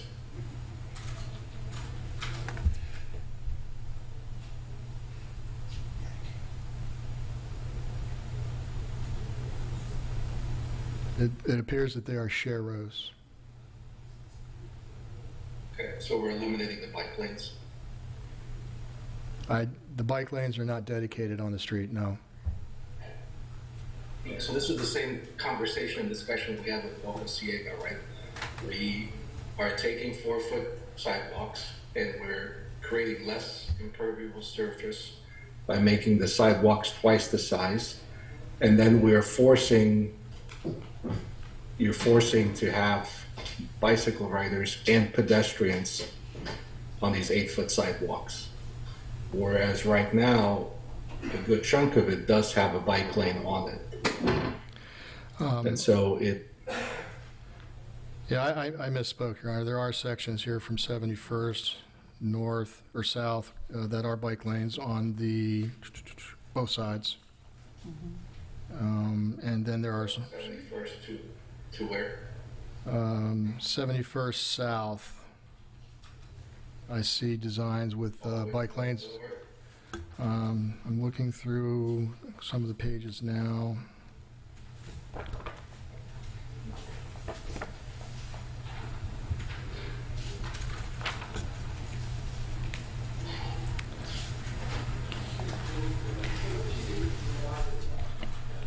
It appears that they are going to be share rows. The one page that I saw bicycle lane on marked does not appear for the rest of the project. So it appears that there will be share rows, and the 8-foot sidewalks will accommodate mixed traffic. So that's the same concerns that we voiced on Boca Ciega Drive, is having massive sidewalks, double the size of what we currently have, eliminating bike roads and putting pedestrians and bicycle riders in the same spot. I mean, I can't speak for other walkers, but that certainly doesn't make me feel better when now I'm walking and I've got Mr. Kurzman coming down with his e-bike at 100 miles an hour on the sidewalk. You know, although I know John's not going to do that. But John's also not going to want to have to share the road with the cars, especially since, as you know, John pointed out in both the Sarada and the Tradewinds meeting, they're using Gulfwinds Drive as a overflow traffic thoroughfare to get, you know, off the island. Again, this is the exact same conversation we had a couple of weeks ago about Boca Ciega Drive. We're creating massive sidewalks, and I remember those conversations with the community meetings. Maybe a little bit less rosy, because the feedback from the community was overwhelmingly against having massive sidewalks. And as I remember it again, there was also overwhelming opposition to eliminating the bike lanes and not having, you know, if we have the width, which we perfectly have the width, we're not lacking any width on the road. So we have the opportunity to have, you know, have your 2 car lanes, have your bike lanes, have a 4 or 5 foot. I think in Boca Ciega, we finally agreed on about 5-foot sidewalks instead of the 10-foot sidewalks that we had proposed there. I don't see where we're creating a safer environment when we're forcing 2 entities that don't belong together to share a 8-foot. You know, you've got people walking, you've got people with strollers, and you've got people on bikes, you know, going 15, 20 miles an hour on the same thing. I don't see how that's creating a safer environment. Again, I think those community meetings, you know, the residents that were there, they're quite adamant. I remember former Commissioner Grill, you know, voicing his concerns about eliminating the bike lanes as well. I think, from my perspective, the consultant gave us their idea of what they wanted, and at every step, the community's concerns were ignored. And what we got at the end was what the consultant wanted, rather than the feedback that we received from the surveys from the community. And that's a huge concern. And that's why we had a conversation about Boca Ciega Drive, and that's why we're here again having a conversation about Gulfwinds as well. Mayor, I think you're exactly correct, and that's why we wanted to bring it forward tonight, just to make sure. I anticipated that would be the same type of comments, because it's the same issue. But we just, before we went any further, we just wanted to bring it back to the table, but I anticipated that would be the same type of reaction that most people would have. The sidewalk width, as well as the lack of bike lanes.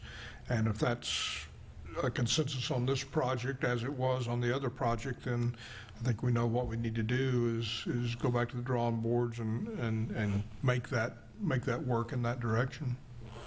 Well, and I think, especially if we're looking at creating an environment where we have, you're coming from Gulf Boulevard and Gulf Winds Drive, and you're taking it all the way up to Boca Ciega Drive as well.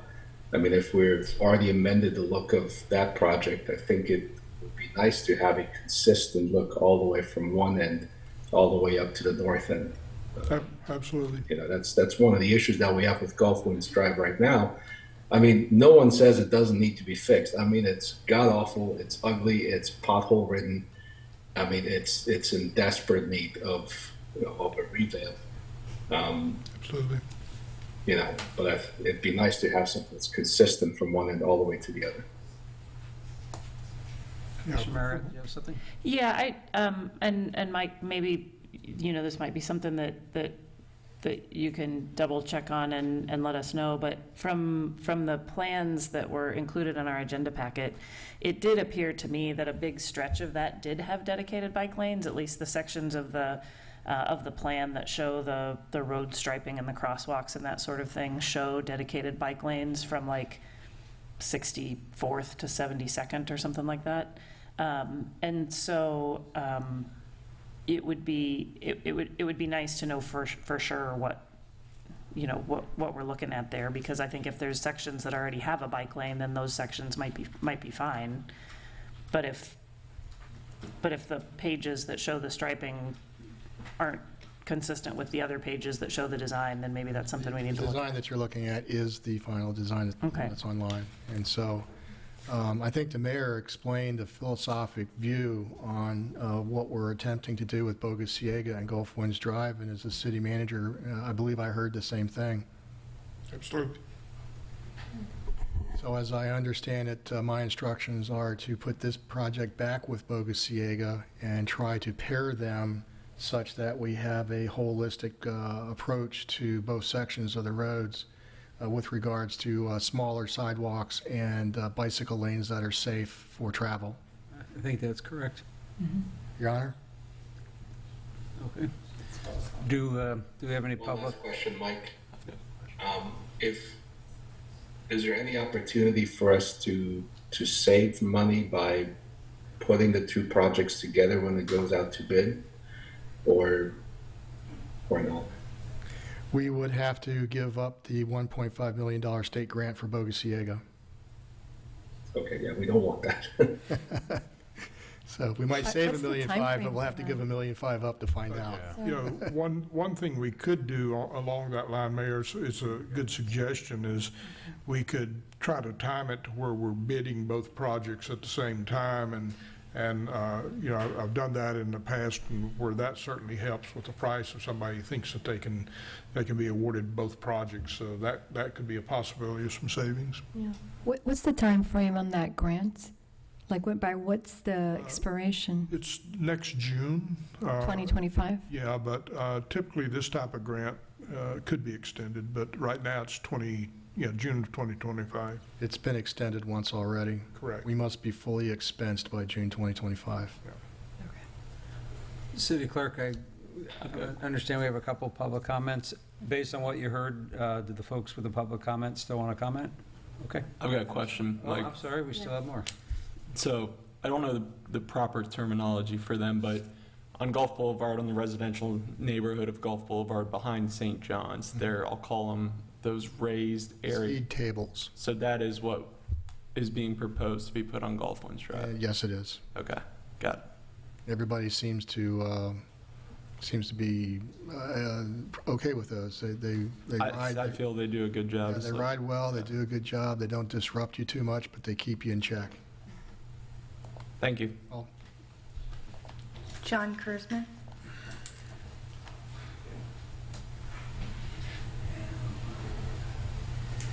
Thank you, John Erzman,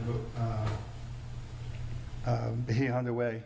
This is actually my slides from the Boca Ciega Drive presentation. And yeah, one of the reasons there was no more comments is I think most of us thought that Boca Ciega and Gulf Winds were sort of the same situation. And yes, Sharrows is really something that we want to try to avoid. But I want to also use this as an opportunity to suggest something about even Gulf Boulevard. You know, we have in our comprehensive plan that we want to have 10-foot sidewalks, which is something that came up, you know, back when that was state of the art. And as far as the hotels are concerned, their line of where they're going to draw that 10-foot curve back would still be the same. But maybe we could start thinking about maybe making those sidewalks maybe 7 feet and making the bike lanes 3 foot wider, because I read also the federal guideline, a suggestion is to have 7-foot bike lanes. And that way you have one, it would be safer for the bikes, but it also means that someone could pass another bike in the bike lane. And that's just a general suggestion. But, because there's a Florida law that also says you always should be 3 foot away, the car from the bike, whenever a car passes, and that never happens. But going, you know, just looking at this, and I'll try to skip over the stuff that's redundant. You know, the other thing to consider on these street expansions, and Mr. McConnell knows this well, there was a recent case in our local court here where a woman was given a ticket for her bushes were extending into the street. And it turned out that her bushes actually weren't her bushes, they were the city's bushes. So as we start playing games and broadening people's property by letting them pretend it's their property, but it's really the city's property, there's also some questions about who's responsible for that property. So we have to start thinking about even ordinance changes if we're going to start, you know, widening our properties and narrowing our streets and sidewalks and who owns what. But, you know, if we're really going to narrow the streets to slow traffic, you know, we certainly want to widen the sidewalks a little bit to make them nicer. But at the same time, we have room to widen the sidewalks and widen the bike lanes, and just let's just meet in the middle somewhere. Because we don't want to have, I just love this picture, I hate it, it's over at the Don Cesar, and you know, I just don't want to be where that little white guy painting the street was when that skid mark happened. And you know, it's just scary that these bike lanes are the way they are. And so, you know, anything we can do to avoid and widen those streets and follow Vision Zero would be great. Thank you. Thank you. Lisa Robinson. I've been involved in this project from the beginning for the Gulf Winds Drive project. It originally was called Boca Ciega Drive. And then I live on Boca Ciega Drive, which is part of Gulf Winds, because Boca Ciega Drive really is from 75th all the way to 72nd. And then it starts into Gulf Winds. So there's a little misnomer there on that. So just to clear that up too, and when you think about that, that portion there is narrow. That's probably the only narrow portion on that. Otherwise, it starts expanding out when you head south, and when you head to the north, it is expanded out as well. There's a double concern here on mine because I live on the corner of 71st and Boca Ciega Drive, and I am the person that Mike is talking about when he says the person. That storm drain is number 5 on the stormwater risk assessment. It floods greatly. That's why I sympathize with everybody else who has flooding issues. There's no remediation on that area at all whatsoever. And it comes down from 73rd, the slope is 73rd and Blinds Pass, all to that corner. So that's why it floods so great, plus with high tide. With that being said, any addition to additional concrete in that area is only going to impact that area worse. I am against the increase in the sidewalks, the size of them, at least in that area. You have to protect that area. Everybody else is sitting here tonight asking for protection. I'm asking for protection in my area. And it's not just me. I have petitions signed with all my neighbors. We've gone through that, as well as design on that corner, because it is an odd corner. and we're trying to get the stop sign moved out. There was a pork chop design that got nixed, but it's a safer design because it brings the stop sign on the other side out. And I'm really upset because back in August 26th of 2021, the community response was by a survey done for Gulf Winds was 90% of the population of the residents there wanted to reduce the speeding and the cut through traffic. And further, that the response to the design options was an overwhelming 64% for bike lanes and smaller sidewalks. The last I went to a meeting, the 90% design and the 100% design only had sidewalks on both sides of the street from 64th up to Gulf Boulevard, and that was 8 foot. And everything else was only going to be on the east side. So I'm confused now why anybody's talking about sidewalks on both sides of the street now. And Karen, you live in an area you don't have much of a driveway, so let's put a sidewalk through yours, and let's make it as big as we can possibly make it. Where are you going to park? I don't have any street side parking, 0. So when you start doing stuff like that in the other neighbors, when you all go home tonight, go ahead, go by there, take a look and see how much driveway people have. Anybody who has a smaller home knows how much driveway space is important. And parking on this beach is important. Thank you. Thank you. Okay. I think Mike Clark, you got all the direction you need, right, City Manager? Yeah, thank you. Okay. Next is the board member / public decorum. I think we'll let the attorney, assistant city attorney lead off, and whoever else would like to jump in on that. Sure, yeah. Matthew McConnell, Assistant City Attorney. Just generally, when it comes to public decorum, we had a resolution that we passed, and Amber can help me with the date, probably 2 years ago was going to be my guess. It also laid out public comment, it laid out how we address groups speaking, all sorts of things. Now, we did have policies and procedures before, but this was kind of an update just because statutes change. And I think it's important to just, so I've personally been at the city for 8 years, and I can speak on personal experience. I've recently realized it's gotten gradually more combative. I think frustration sometimes bleeds into what I feel like is hate. I think there's a lot of bullying going on. I think people are resorting to cyberbullying on these social media apps, and I just don't really understand it. Personally, I think we all try our best. I think at the end of the day, we all have one goal in mind, which is the best interest of the city. You don't have to agree with what I say. You can agree with what I say, but at the end of the day, I think we're all just trying to do our best. I'm usually the youngest one in the room, and I've just really noticed a very interesting turn. And when it comes to board members as well, I think Andrew's made it clear that there's an ethics code, statutory, and in our code of ordinances that we all have to abide by. And I will read one of the most important things that I think sometimes gets lost, which is enhancing the public confidence in the integrity of its municipal government. I've witnessed board members do the complete opposite at times. Although I'm not a frequent flyer, if you will, on Nextdoor, I get anonymous things in my mailbox where people send me posts and say, why is a board member saying this? And it's just a very awkward conversation that I now have to have that I would prefer not to. I'm all for due process. I'm all for public comment. I think it's important to be heard. I think it's important to take the time to hear the residents like we have today. I think a lot of these suggestions are great suggestions that you all should take into consideration, but when it crosses the line of disrespectful, I just don't see a need for that in what we do. I think we all just do our best, whether you believe it or not, and I've never once in 8 years turned down any meeting or any phone call with any resident or any board member. And respectfully to those watching who don't believe me, if you don't believe me, then try me. My email's on the city's website. Contact me, meet with me. Board member or not, I do my best to try to accommodate, and I really think now is a good opportunity for us to just unite as a city. And I may be overstepping here because I'm just a city attorney, and yes, I may not live in the city, but I understand the city. I've been coming here every other week for the last 8 years, and I'm passionate about what we do. And I just think that at the end of the day, we're all humans. Humans make mistakes. Call me out on it. Call me, meet me, do what you need.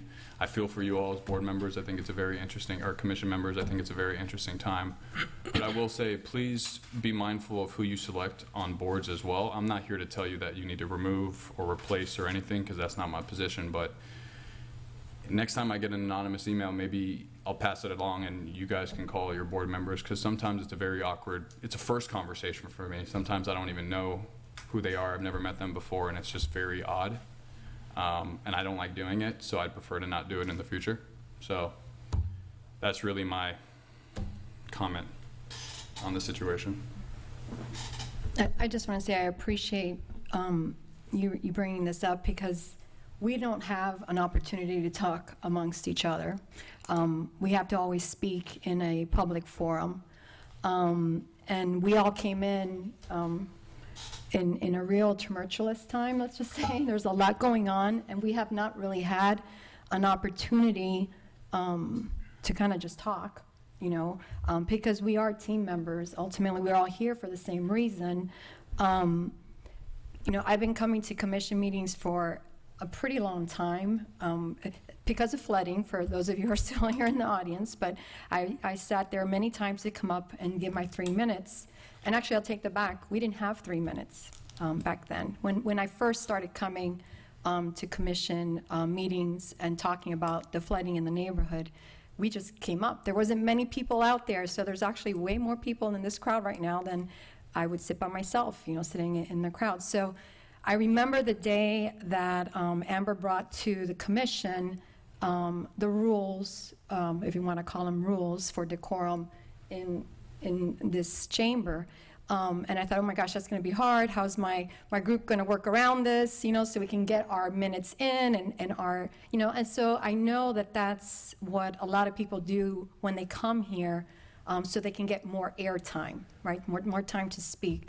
But we have the rules, right, and now I sit here, and so in, you know, especially with the cups and the conditional use applications that have come before us lately, you know, and I see the people coming up, and I see time is given more to others and some less, and, you know, and then the next person comes up and it's the same group, and then we've got lawyers who are speaking and it's the same group. And so, yes, I do say something because there are rules, right? And I expect us as team members to be working together with these rules.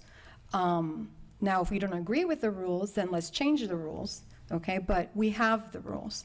And then what's even more concerning for me, even though I don't take bullying, if you want to call it bullying, I don't really see it bullying. I just say people have say words in the public and use Nextdoor, social media, for whatever means that they want, and I don't think they're successful at it, because obviously I'm still sitting here for those who started petitions to get me off of my seat because I ridiculed public comment, okay? I believe people should speak. I've always believed that. But to ridicule me and attack me doesn't do anything. So luckily I have a lot of great neighbors who say, hey, Betty, are you okay? I'm like, I have no idea what they're talking about. But people, and you know, I know through the grapevine around here in the city, staff are asking me, am I okay? I am perfectly okay, okay? I am fine. Because people don't want to follow rules, that's, you know, their choice. But when they start ridiculing us and suggesting that I'm not here for the right reasons, that's wrong. So I appreciate Matthew bringing this up, because I do want to be able to work with those around me and those who are in the audience as well. We might not all agree on everything, but that's okay. We're humans, right? We don't all agree on everything, but we have to try to work together. So I just wanted to say that. I appreciate that, Betty, and thank you, Matthew, also for bringing this up. I think that it's a point well taken for all of us to remember that we should all collectively be looking at all of these issues as us versus the problems, not us versus each other. And you know, there's a lot of smart people in this room, and only a few of them are up here. A lot of them are out there, and there's a whole lot more in the rest of the city. And I think the only way that we can make significant progress is by leveraging the expertise of our residents, right? We're just the representatives of the residents. We're not somehow all of a sudden the experts. And so, you know, I would be thrilled if we could somehow make this be all of us versus the problems and really get something done versus people yelling at each other on the internet. Exactly. Yeah, I'll say I think in life a lot of things can be solved with communication, specifically face-to-face communication, whether that's members of the community who want to meet with us or members of the community who want to meet with one another to talk about things. I think a lot can be solved with that. And then the other thing, it may sound elementary, but I think it's the golden rule. Just treat others the way you want to be treated. Before we move from that, can I just add a couple things, please? So I just want it to be known that we had rules and procedures before I started. So I didn't just come in and implement something out of the blue. I took what we already have. I also took the knowledge that I have with the experience of being an assistant city clerk, also working for another municipality, being able to communicate with my peers at fellow cities, other city clerks to learn best practices, and to know, you know, what's good and what follows the statute, all of that. So when I came on board, I took what we had, I took what I knew, and I tried to make it better. I am a person that likes to know the black and white so I can find the gray. I'm not saying when you have it written in black and white, you gotta follow it to a T, otherwise, no, you can't write. There's always a gray, but we need the black and white in order to do that. So I also wanted to say that the decorum is written on the back of the speaker's cards. So when people fill these out, they are agreeing to follow the decorum. And I just wanted to remind everyone that any person making personal, impertinent, slanderous, or profane remarks, so that's calling you all names, calling each other names, calling staff names, that's not behaving with appropriate decorum. It says, who willingly utter loud, threatening, or abusive language or engages in any disorderly conduct which would impede, disrupt, or disturb the orderly conduct of any meeting, hearing, or other proceeding shall be called to order by the presiding officer, and if such conduct continues, may, at the discretion of the presiding officer or board, be ordered barred from further audience before the commission or board during that meeting. So this is, decorum is anywhere, right? You go to church, decorum. You go to the courthouse, decorum. You're in a grocery store, decorum. You can't just act a fool, start calling people names, being nasty. It's the same here. You know, when people are up here making public comment, I'm not like, oh, that's dumb, right? Imagine if I did that. And you just don't do that. So, I mean, it should be common sense. And it's not just the presiding officer or the chair of the meeting. This is applicable to all boards and committees. It is also the responsibility, as I told all of you when I met with you individually, you all can say, excuse me, no thank you, that's not appropriate, and say, Mayor, you know, remember decorum. And because sometimes we all need reminding. Maybe it's offensive to you, but it's not offensive to him, right? So I think that we all need to take that responsibility. I mean, you all know me, and I think the public knows me. I'm not shy, and I will speak up. But it's not my place to necessarily be like, excuse me, sir, that's rude, right? I will, but I really think it falls to all of you all as elected officials. So I just wanted to add that. And these decorum rules are always up at the front. If any member of the public needs to read them or refresh them or understand them, they are always there. And like Matthew said, I never turn anyone away. I am a talker. I am a meter. I'm a relationship builder. I will meet. I think the public knows that. Since I've been back, they have come to see me and welcome me. So I think that they all know that I am here for them. So of course they can come meet with me too. I'll be glad to walk them through the statute and what public comment. I am a big advocacy of transparency, public comment, just like we did at discussion items. I am in favor of that. So I'm glad that we did that because that's something that I am a proponent of. So. Thank you, Amber. And by the way, welcome back. We forgot to welcome you back to the fold. Mayor, anything from you on this topic? I did not have anything. Okay, thank you. All right, is everybody good rolling into flooding, or do we need a quick break? I'll take a quick break. Quick break? All right. Let's make it a relatively quick one. We'll make it 8:15. Yeah, 5 minutes. That clock is wrong back there. It hasn't been working. Okay. I'm like, what? I forgot we added that.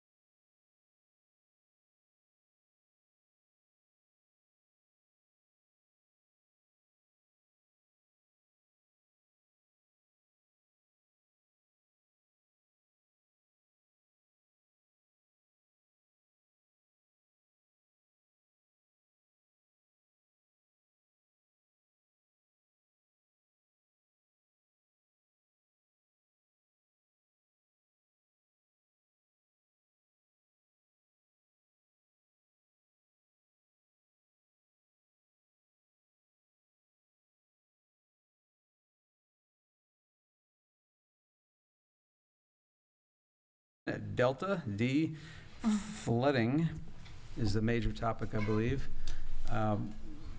City Manager, you want to start in? Sure, Mayor, Vice Mayor, thank you.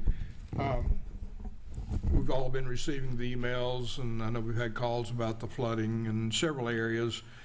And I know one of the comments that, one comment that seems to be universal is, why hasn't anything been done? In a project like this, in flooding projects, there's a lot of moving parts, a lot of agencies, a lot of things that have to be done. There have been planning studies done, but there are always things going on behind the scenes that a lot of people are not aware of. But so what I've asked Mr. Clark to do is basically put together a comprehensive report of basically past, present, and future, where we've been, why are we talking about this, what is being done, what has been done over the last year, what's being done now to address this problem, and then the future that has been future direction that's been given to our staff from the commission, and what we understand it as the commission's goals. And Mr. Clark has indicated that he would have that report ready for by the District 3 community meeting that's coming up next week. So I think that'll be a very informative report that will help answer some of the questions that we've all heard about, what's going on, why haven't certain things been done. And so we'll all be looking forward to that report as it comes forward. The other thing is, we are in the middle of our budget session, and just as late as this afternoon, we were talking about a lot of the things that need to be done to address the flooding and move things forward. A lot of those things that were talked about today as far as our coming budget. So that'll be something we'll be bringing to the commission in a budget workshop very soon to talk about not only that, but all of the things that flooding's not the only issue that the city needs to address. And so there are things going on, but I think that report that Mr. Clark will be doing and providing to all of us will help the commission, help the staff, help the residents understand where we are and where we're headed, and will help the commission decide, well, what are the priorities, because obviously it all can't be done at once, because we're talking about significant dollars to address this type of problem. But I think next week we'll see a good report, and then I'm sure we'll have further discussions from there. Comments? More than comments, I mean, I brought this for discussion, so I want to have a discussion on this. And first, because we had 14 people speak earlier, and I just want to, because I promised I would, go through the names of those who sent us emails. I don't know if everybody on this commission received them all. I'll forward them all later to you all. And I received things from the Don Cesar specifically, and from two from Paso Grill, which is important to me as well, even though it's not my district, but because of why they sent the information, which has to do with maintenance of what's existing or had been done already. So I had George Alwood send information, Jeff Weeks, and we're talking about pictures, movies, not just in events, but daily tidal rain, issues. Okay, so it's both just a nice small rain, or your neighbor who's emptying out their pool because they're repairing the pool, and you happen to be on the intersection where there's a flex valve that's closed. Okay, so now the pool is on the street. Don Kilber, Ashley James, Mark S., Catherine Ponce, Mark Dawson, Kevin Kimball, Gita Dezani, Kevin O'Brien, Robert Scutera, Kelly Lee McFrederick, Mary Beatty, Jim Thal, Linda Murasiski, Tenley Noon, Eddie Cockman, Ann Bergetti, Thomas Hamilton, John Stevens, Jay Rice, Lynn Ballard, Michael Welch, Chris Jared, Mel Cadle, and Greg Cadle as well, Roger Steele, and Kathy, and some that already spoke here as well. And I'll provide this to the city clerk as well, who I know has received some of these pictures, but I think they're important. Obviously, and those who do know me know that this is important for me, and starting because I do live in the Don Cesar neighborhood. And I've been coming to commission meetings for quite some time on this topic, so some of the staff that are here have seen me come and give my time. And I was president of the Don Cesar Property Owners Corporation, and then I was also chairing their flooding committee. 2 weeks ago on a Saturday, there was a good showing at Lazarillo Park of neighbors and residents from the Don Cesar, and I was in attendance as well. And it was not as eloquent, I would say. Everyone spoke really nicely, but we were all very mad on that Saturday morning at Lazarillo Park, because it's very frustrating to stand there in the neighborhood and look around. It was a sunny day, it wasn't raining, but there's puddles in the streets. You know, the curbs are cracked. They're the original curbs from when the development was made. You could see the seawall from Lazarillo Park, so the intersection of East Maritana, South Maritana, and DeBasin. You can see it from the courts or from the shelter. And then you still see the aftermath from storms or non-storms. Lazarillo Park lost live oak trees, somebody mentioned trees, and other palm trees, dead grass. I have no landscaping on my front lawn, okay? I'm not planning to put any, because why would I dump another $20,000 in landscaping when I know the next flood is gonna take it all? I've also lost cars. I've also had to do drywall. I do live on a 2-level stilt home, by the way. So just because you have your home raised doesn't mean it takes you away from issues. I do have to watch the tidal chart to go pick up my daughter at the school. I also have to park my car to come to meetings here at the chambers on the Bayway, because it's the highest land in the neighborhood, so I can make it to these meetings on time. Still having to be in skirt to walk through the water to get to my vehicle. That's not how we should be living, and that's personal, obviously, but I know it's the same stories that many people have been telling me. And many of these pictures, which I'm happy that a lot of us here have received them, and hopefully you've watched some of the movies, and you had a combination, because I know you saw some of the storms, and that's pretty scary. The water is very dark, and it stays there for a long time. So while most people in this city have started their cleaning efforts, they still don't have the water in the streets, which is why I wanted to make sure the city manager took note about, I hate to say potential no-wake zones in our neighborhood. You know, really we need to fix the problem. But that only helps during the recovery, right? Because we still have that issue, and it's very frustrating. I have documentation, and I've done this before at commission meetings, historical, okay, so we're talking about problems with tidal flex valves from a long time, 40 plus years, okay? I know sea level rise, I'm not disputing sea level rise. I'm talking about infrastructure issues, okay? And our neighborhood not being addressed quickly or efficiently and maintained. Now, watching other neighborhoods like Paso Grill or Bella Vista or Boca Ciega or any of the other ones, I think Ms. Robinson spoke today also about what's happening in front of her home, has to do with maintenance of what has been done, okay, or lack of, let's say, maintenance. We have upcoming storms, okay? I have not seen in quite some time anybody come through the neighborhood to clean out these flex valves. I'm almost wanting for them to be removed if we can't get the repair done faster, because it's not helping right now. It's actually, it's truth when people say it doesn't seem to be doing anything.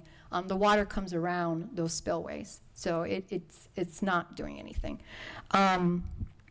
It was if you looked at the conceptual plan that was done, I can't even remember the year, 2014 maybe, more or less. I don't know if you remember back there, Mike. It was some time ago, okay, and it was brought out in phases. And so for residents who live, including myself there, thought we were being addressed in phases. And for some reason, the spillways were brought up first.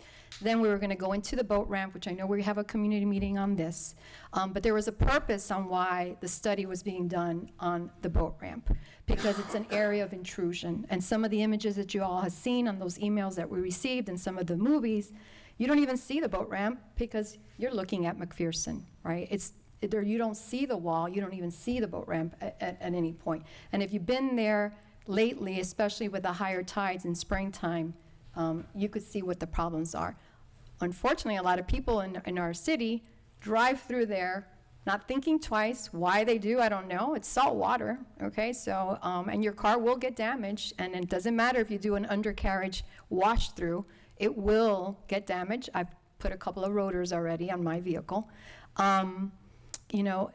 It's disheartening because I have lived on water all my life. I'm a Florida native, okay, and I was fortunate enough to always be by water, but I lived in cities that address these things a lot faster than I feel it's being addressed now and being dismissed. When I do hear, and I heard someone mention the comment about, well, we chose to live there. Well, unfortunately, it wasn't a disclosure when I closed, right? It wasn't on my contract. And to be honest, when I first moved in 2010, I did come to the city and I did address the problem, but I wholeheartedly believed that the city was going to be doing something about it because I came from many cities that did. But we're in 2024. And I brought them with me, and I don't mind giving them to Amber so she can have them for record. 2020, January 28th, my speech for good evening, thank you again. Consent items, Public Works website, non-existing seawalls, everything that everybody was saying today. November 12, 2019, September of 2014, 2015, same comments over and over and over. It's tiring. Okay, and it's disheartening. I see for sale signs going up. I see the frustration in people. I do see people who don't think there's much of a problem, not many, but I think they say that for other reasons. We have an issue with the seawall. There's possibly, things that we need to look into that have to do with the seawall, and just because I've done research on the plat for our neighborhood, I know it's not the only problem in the city, and I'm not trying to make this about the Don Cesar neighborhood solely, but we are the lowest lying. We were the neighborhood that complained the hardest when everybody benefited from the Bayway being constructed in the city of St. Pete Beach. We were the loudest back then who did not want it, not only because of a taking of property, but also on the second attempt when the new Bayway Bridge was built. That is the highest land in the city. Where do you think the water runs off to when it's raining? Okay, into our neighborhoods. Okay, into our neighborhoods. The swales along the Bayway are non-existent. But yet when I go over the bridge towards Isla del Sol, what do you see? Swales, right? What happened to ours? Why is DOT not coming out, and why isn't the city representing us more efficiently, which I will, and I'm saying the city because I am the city representative now, and I will try my best to do this, is to get it addressed. Because we've asked for meetings. This was 2 years ago that we asked for a meeting with the Florida Department of Transportation to address what's going on the Bayway, because the city doesn't own those flex valves, okay? But the homes along the Bayway have water all the time on their sidewalks, all the time. One time I came here and I said, do you know what the life of a frog is? The life cycle of a frog? Well, we all know, because a tadpole, an egg can be laid in the water in a sidewalk, and the frogs are born in our sidewalks, because that's how long it takes for the water is sitting there, okay? That's not right. there's so many health concerns, including mosquitoes. Our neighborhood, and I'm not going to say there's no mosquitoes throughout St. Pete Beach, but we are swarming because we have standing water. When I call Pinellas County to come do an evaluation of my home, which they'll do for free for anybody, what do they say? Eliminate standing water. Well, how am I going to do that? It's not, I can't. And I can put as many tablets as I want in this standing water, but it's not going to do a thing for me. Okay, so it's frustrating. I think earlier in January, and I believe Commissioner Marriott brought this up and said, well, maybe this is a city problem, resiliency. I've spoken, and I know people hate to hear when we talk about Miami. I'm from Miami, so I was born and raised in Miami. And I spoke to the chief of resiliency for the city of Miami Beach, okay? They have a dedicated person on resiliency for their city. I believe that we're at that point, that we need somebody who's focused for the city strictly on resiliency, which includes flooding, that's the new terminology, make the city resilient, but we need someone focused on these projects solely, because it's important not only for the Don Cesar neighborhood, but for Paso Grill, for Boca Ciega, for Bella Vista, for Gulf Winds Drive, for District 1, 2, 3, 4, everybody. Other cities are doing similar things, Treasure Island. You hear the things that they're doing, raise the island. I don't know exactly how they're going to do that, but that's what I don't know the exact name, but maybe one of you and the city manager might know what they're calling it. But I know, I was surprised to listen today from the gentleman who was talking about the mitigation that he's doing in his property by actually having his own pump system on the property, which is kind of crazy to think that that individual resorted to having to do that himself. But I know others. I know people who are going and talking to the people in Treasure Island and Madera to raise their homes. There's an ad right now on one of the properties that's going to do it on the Basin, and he's willing to do this for his home. But it costs money. The reason I brought up Miami Beach is because they are looking for grants. They're looking for money. They're matching people who want to raise their home. They're doing a 50% match to those homes that want to be raised. Okay, so the city is helping invest with other property owners to raise their homes. And we should be as, creative, I want to say, that like other cities are doing. We're not the only city or barrier island in the state of Florida that's going through this, or other states in the United States that are going through similar things. But I do think that, and I hope to get the support from the commission, that this has to become a huge priority for our city, because no one should have to live like this on a daily basis. Thank you.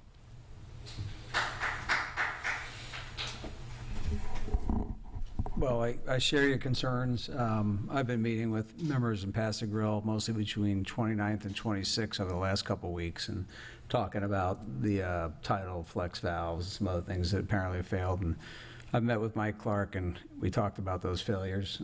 They're just not functioning anymore. They're basically stuck open. I can tell you right now, I'm very interested in the budget talks and kind of making this a priority from my perspective, once I see the other things on the table. But this is definitely comes across to me as a huge one. So I agree, and Betty, I think your point is well taken, that there's a broad variety of creative solutions, because it's really easy to look at, we live on a sandbar, right? And in the storms in the last year, there's a lot of people in a lot of neighborhoods that flooded, that have never flooded before, or flooded for the first time in many, many years, and then flooded more than once. And it's easy to kind of take a defeatist view of like, oh my gosh, how can you possibly fix this? We're on a barrier island. There's all these miles of seawalls that have to be raised, and most of them are private, and it's very expensive. And how are we going to make this happen? But I think that there's a really broad range of creative solutions, and I think we're doing ourselves a real disservice if we don't explore them all, including, like you say, grants and matching grants for raising houses and wet flood-proofing structures and dry flood-proofing structures. And I know that in New Jersey after Superstorm Sandy, there was kind of a whole industry was born of ways to flood-proof buildings that, that don't involve raising seawalls and don't involve even necessarily raising the house. And I think we need to be exploring all of those. And I think this is the perfect time going into the budget to be looking at that. And I think it's going to require some really hard decisions and some really frank discussions amongst everybody who lives here. Because that's always the hard part, right? How do you pay for all the things you want, and which things do you decide that you can live without? But I think if we don't address this one, we're going to be living without a lot of things. So I think it is an important one, and I don't think it's a problem that we're going to fix in a night or a month or a year. But we certainly should be trying to make strides. Yeah, I'll say thank you to everyone who showed up, and thank you for the emails. I've read most of them. The ones I haven't, I will review. Thank you, Commissioner Resnicki, for your background on this as well. I think it's great that we have you a part of the commission for this particular issue. And yeah, growing up here, I knew it flooded a little bit back there, but until I had friends and professional relationships with people who live back there, I didn't realize to what degree. And I understand that it has gotten worse. And I understand, this is, and I think it's important for all of us to understand that it's not a hurricane or storm issue, based on the evidence that was brought to us today as well. This is a reoccurring thing, unlike some other areas of St. Pete Beach where it's a rare occurrence. So that's all I have to say on it. And thanks again for everyone who showed up. Mr. Mayor, any comments, discussion? Well, since you asked. So I think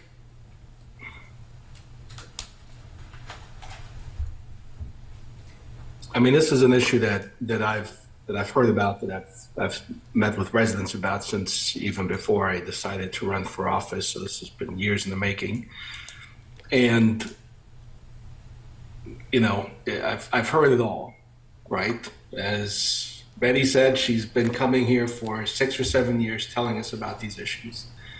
And every time we have a storm, every time we have a high tide, it just bubbles up again and we hear about it again.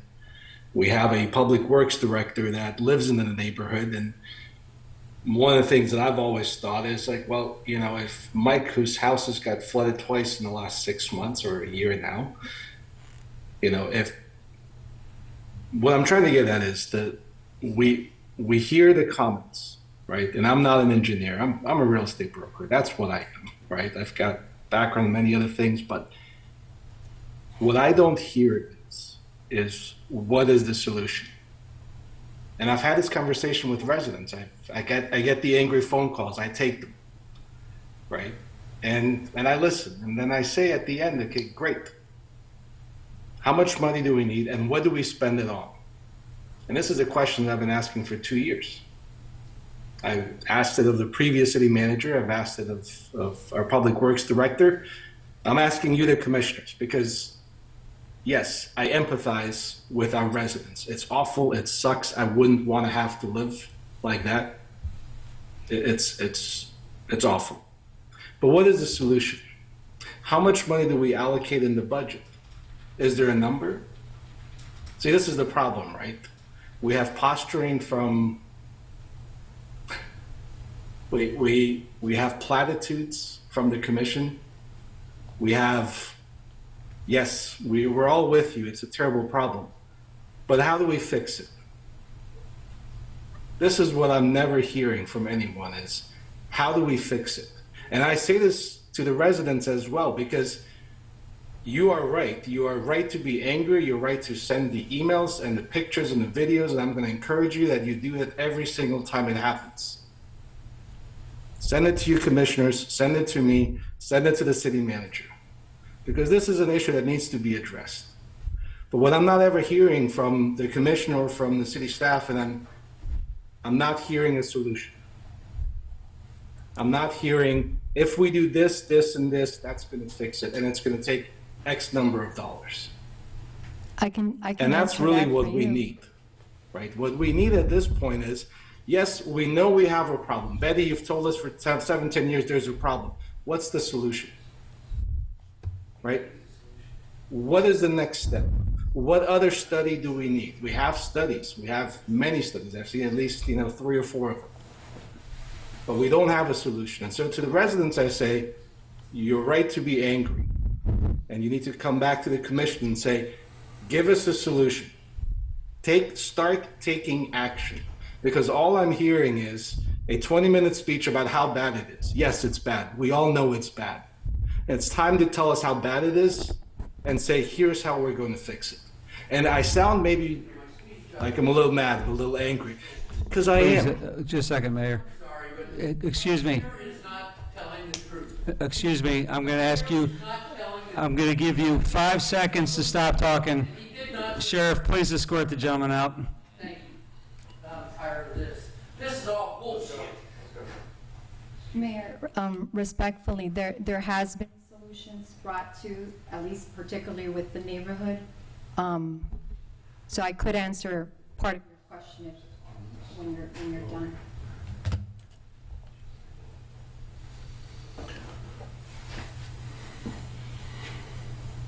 So what's, I'm ready to hear a solution. Well, I'm waiting for somebody to bring us a solution to the commission that says, here are the things that we need to do. This is how much money we need. Give us the resources so we can address the issue. We have Mike Clark here that could address that for you, and I could also tell you, Mayor, that we have had multiple studies, at least for the Don Cesar neighborhood. A conceptual plan was even brought to the neighborhood, and I want to say at that time was $28 million. I'm sure it's more than $28 million at this point.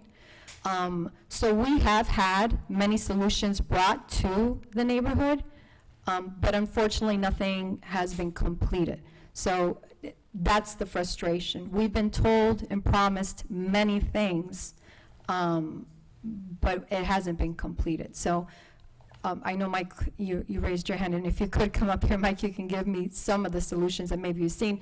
There's multiple things that can be done, and we do have numbers.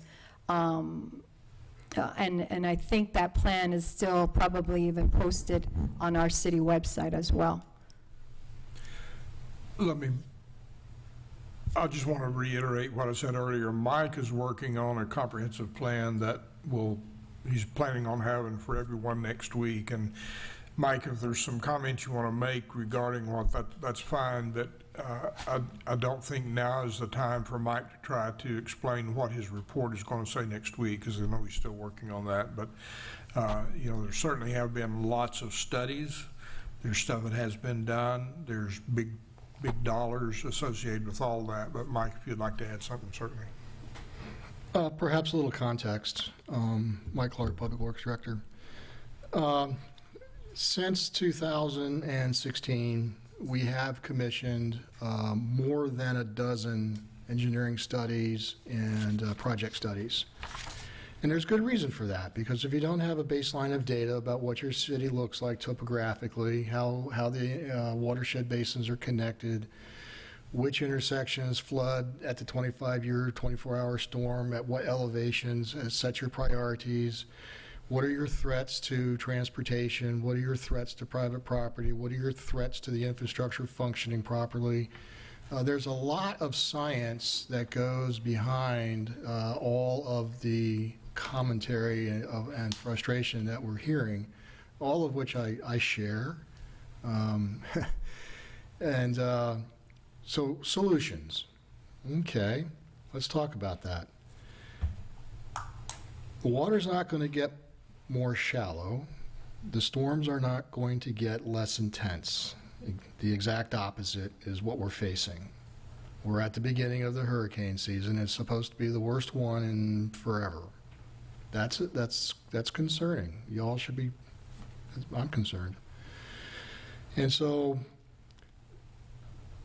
as we take a look at incrementally improving our posture to mitigate the damage that these storms and flooding events can occur.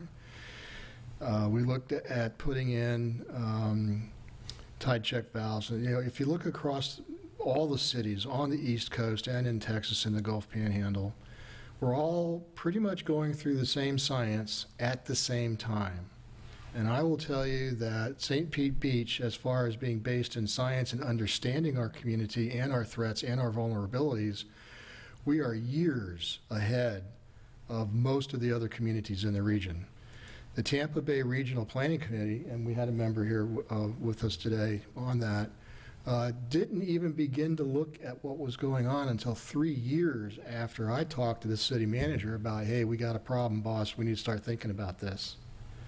And we led the way in our water threats analysis.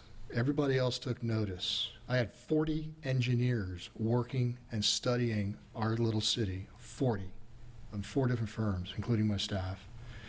So we have a very good basis of understanding of where the threats are, and most of them are coming out in the commentary tonight.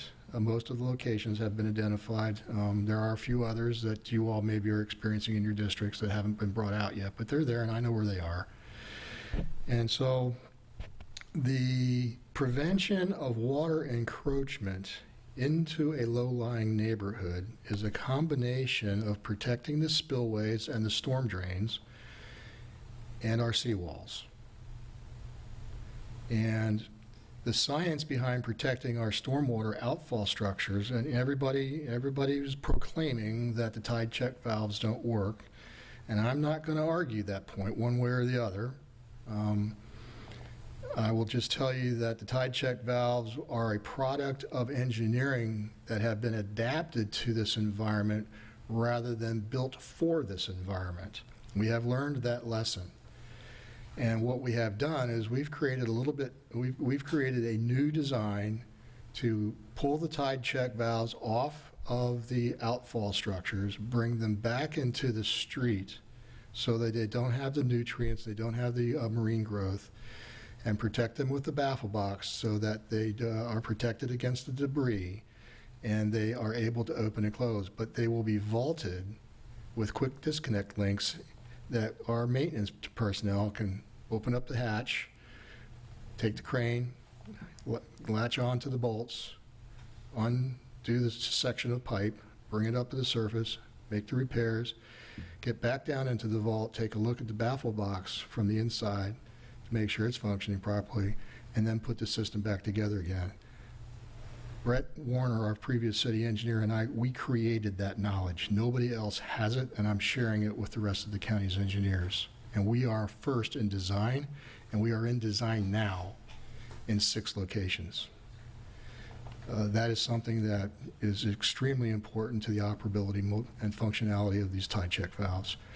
But those stormfall outfall structures, had we done nothing, we would not be any worse off now than we are had I done nothing than we were in the past. The water just still runs through as if they weren't even there. And so the protection of the stormwater and the tidal flows, being able to control that, has to be done in conjunction with the elevation of the seawalls. The Don Cesar neighborhood will not improve until the private seawalls are all elevated. That is the ground truth. There is your solution. We have a public-private partnership for living seawall design that's ongoing right now, and we will own that design when it's done. And that was on purpose because we can export that design to every other property in that neighborhood on both sides of the bayway. And we can adequately protect ourselves at 5 feet, and that's where the stormwater pumps begin to come into play. We are in design now for the first stormwater pump in that neighborhood.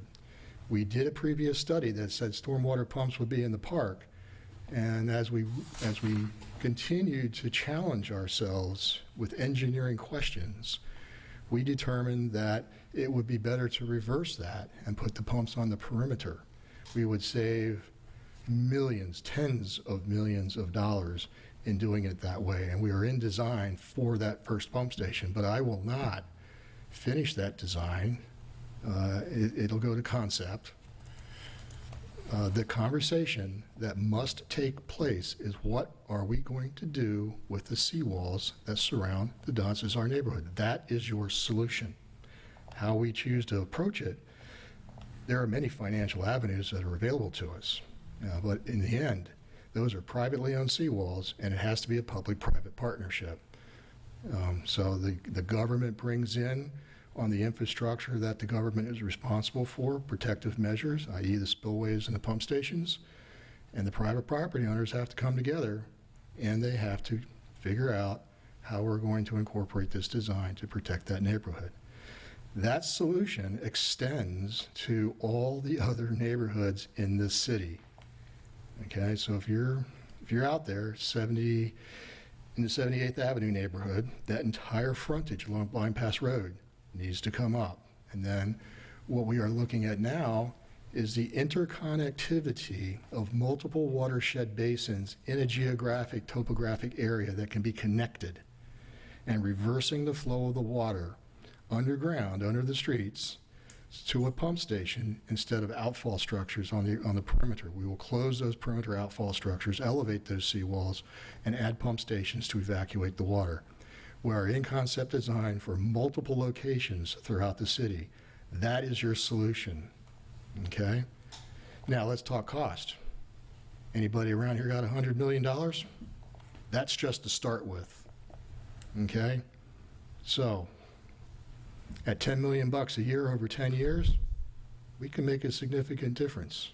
Where does that $10 million come from? Who's first? So there are solutions. We have been working on it. Those studies have not been done for naught. Our design and our engineering, we are cutting edge. I am creating new knowledge. And I'm bound and determined, like the gentleman said. I either made a bad real estate decision, or I had a heck of a lot of confidence in myself. Well, guess what? I have a lot of confidence. And so we have a suite of solutions. But there are some very, very significant discussions that have to take place, and I think the city manager is well positioned to help lead you through them at the budget discussions. Thank you.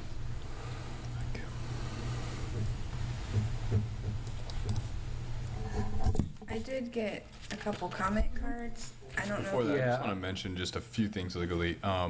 We can discuss, if you want to throw out options, there's special assessments. I mean, there's a lot of authority that you all have through home rule. You can create a resiliency committee. You can task a current board with prioritizing this. So legally, there is a lot of ways to create funding for projects. If you want to have difficult conversations, we can. I don't know how open the public will be, but there are rules that you all have to utilize as tools to do things like this. So just want to mention that. I was thinking what the rest of the commission thinks. If we've already had the same folks talk about flooding earlier, I'm not sure we'll achieve much more by having them get up and repeat the same thing, but I want to get everybody else's feelings. How many cards do we have? We have two. We have one that already spoke and one that did not speak. I'm fine letting them speak. Yeah, okay. Absolutely. How many? All right. Well, unless barring additional discussion, I think we'll go ahead and open up to public comments. Mary McReynolds. Good evening, Mary McReynolds. You heard from me before, and I want to thank you for having a positive attitude about this. Harry Metz was one of my neighbors. He was a commissioner before in Paso Grill, and he moved out.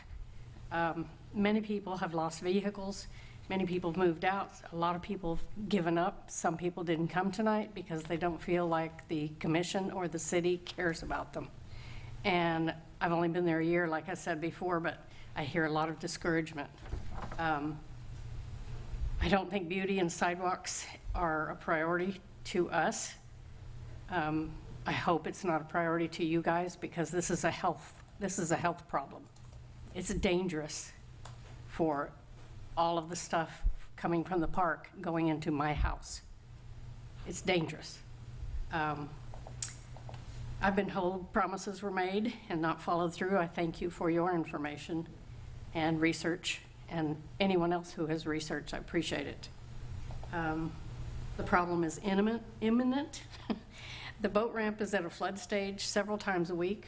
I drive by it daily, and the water's up to the edge. It's coming in. As soon as we get a rain, it's coming in. So I don't have a seawall, so I can't say I'm going to build my seawall up, but I'm getting flooded. So that's all I have to say, and I want to thank all of you for having a positive attitude about this, because we're in dire straits. A lot of people moved out. A lot of people wouldn't come tonight because they didn't think they'd be heard. And I know that because they told me. So appreciate your listening tonight. Thank you. Cameron?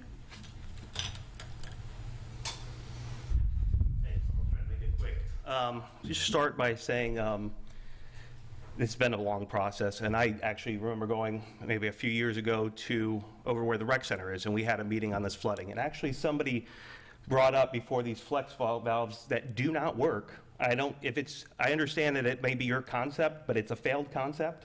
They don't work at all, and relying on somebody who's already done that, I think, isn't maybe the best idea. We had somebody at that meeting say we should just have an area, those areas where the water is pumped out. The solution is easy. You raise the seawall, water comes over the seawall's higher. If it's raised, it won't come over. We got to close those valves. The water doesn't go in the valves and the seawall is higher, your problem solved for the most part. So I think that maybe we spent so much energy on this and so many thoughts. I think there's too many thoughts.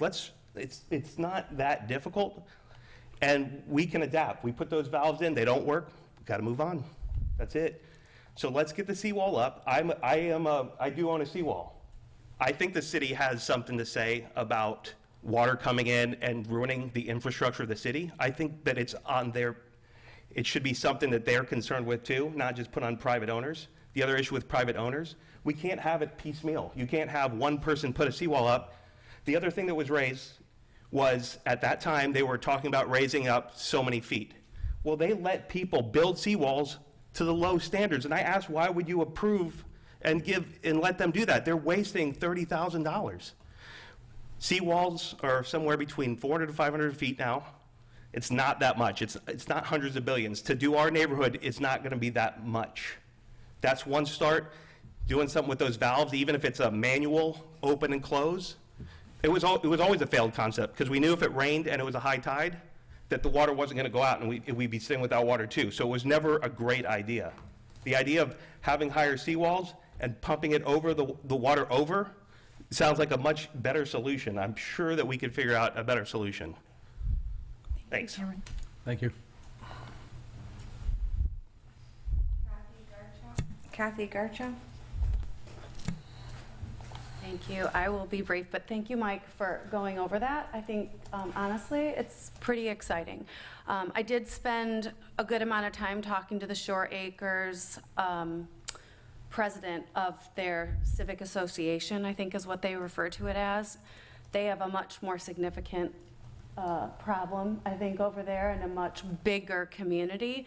But in talking with him, I think what I think he coined, and told him I'd steal his phrase, which is, there's Band-Aids, there's stitches, and there's surgery. I think what you've just described is great, and it's surgery. Like, that's cool. Great, let's do that. But in the meantime, we need Band-Aids and stitches. So my hope, Mike, is that, and Wayne, that we can come up with some Band-Aids to the holes that are in our walls right now, where water just pours in and the flex valves don't serve any other purpose other than to let the sea water just roll in every high tide. Let's get some Band-Aids or stitches, however you want to refer to it, on those things now while we work on the bigger surgery strategy, because that's not going to happen overnight. Please, like today. And I just did a quick Google. I don't know what's going on with us tapping into Florida's resiliency grants, but it looked to me like the deadline is September 1st, 2024. So if we needed money, I don't know where we're at, Mike, with this, but like, we need to be writing the grant requests today. How can we help you with that? I'd be happy to be a part of that. I don't want to let that money go to someplace else if we need it here. Thanks. Thank you. Ed? I'm not doing it again. I'm not doing it. Two points I think are very important for you all to understand in the audience also.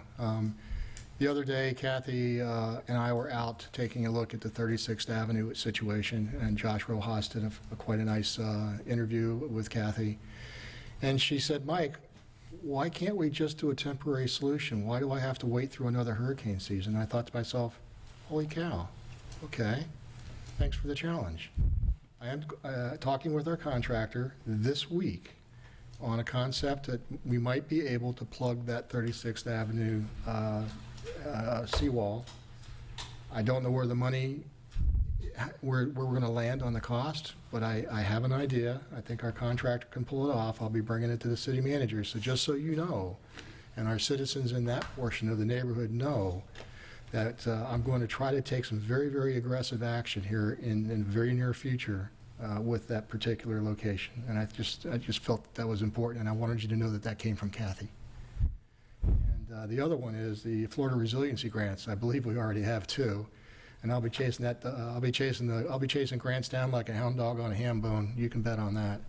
And right now we're managing 8, and we'll go after as many as we can possibly get. And so there's encouragement out there. So there's a Band-Aid. I'm working on some stitches, and major surgery. Well, big conversation. I thought 36th Avenue was very important for you all to know. That's because that's brand new, right off the plate today. Thank you. Yeah, I'm Ed Kima. I think you guys remember me from earlier. I'm mad as hell, and what I'm mad as hell about is, it seems to me, and this is, I'm sure, a theme that's not going to strike you as anything new, but the hotels in town tax the residents, but we don't tax the hotels. And what I'm mad as hell about is the bed tax, which is a lot of money that, in my opinion, and I hope you share this opinion, the city of St. Pete Beach doesn't get its fair share. And I've said this to a few of you before, so I'm sorry to keep beating the drum, but, and Matthew will probably step in here and shut me up on a few of these ideas, but maybe we could consider a resiliency tax for hotels. I don't know that we've got the power to levy taxes against the hotels independently, but I don't like taking no for an answer.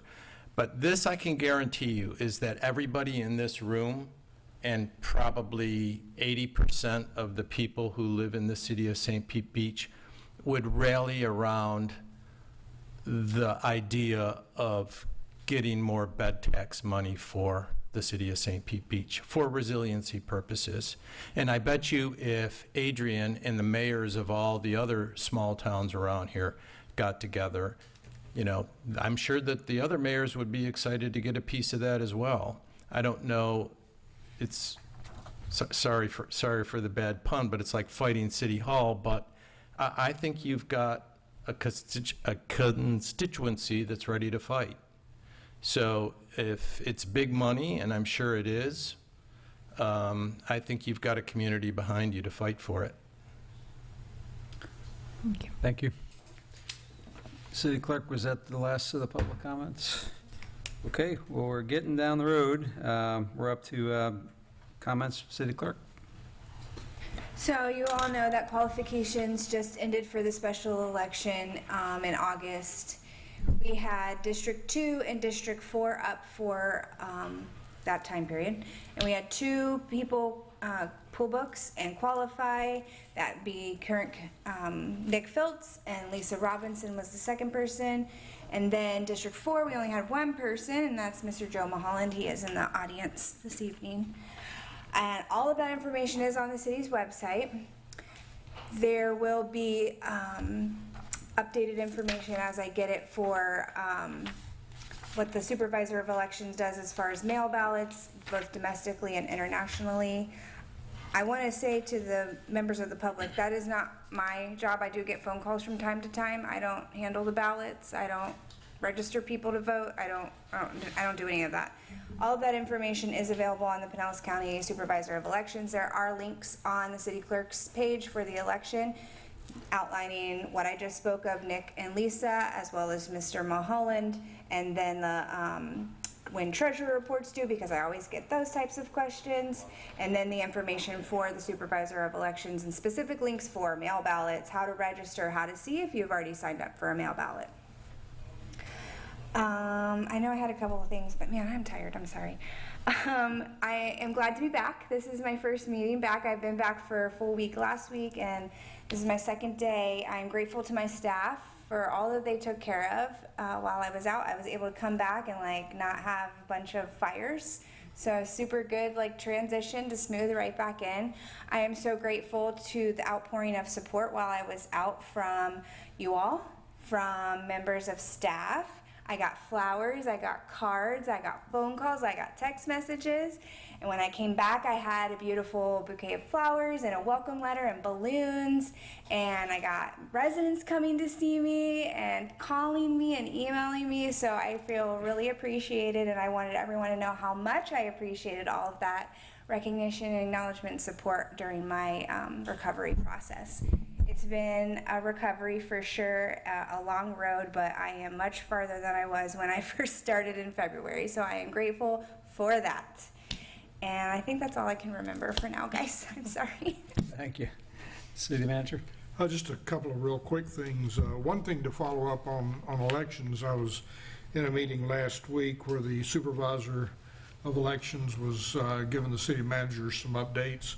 And one thing that he, and I believe they're planning on sending out a lot of information on this, but if you are voting or if you have voted by mail, if you have not re-signed up, you're not automatically going to get that vote by mail again. Just because you did 2 years ago doesn't mean you'll get it this time. So please, you can do it on the website. So just go to the website and you can take care of it there. But he was trying to get, I know they'll be sending a lot of information out on that. I just wanted to remind that. The only other thing is, just today I got the report from the Pinellas County Sheriff's Office on the beach enforcement for the month of March. Last year we only had like 33 warnings given in the month of March on the beach, and I know that's been some concerns about things that happen on our beach that shouldn't be happening, and that's a discussion we did have with the Sheriff's Department this year, and this report shows the month, and I'm talking about things like alcohol and dogs on the beach and glass and people on the dunes, and this year for the month of March we had 174. So that was great that the Sheriff's Department has heard our concerns, and they've certainly stepped up what they're doing out there. That's all I have. Thank you. City Attorney? Thank you, Vice Mayor. Just a few things, coordinating.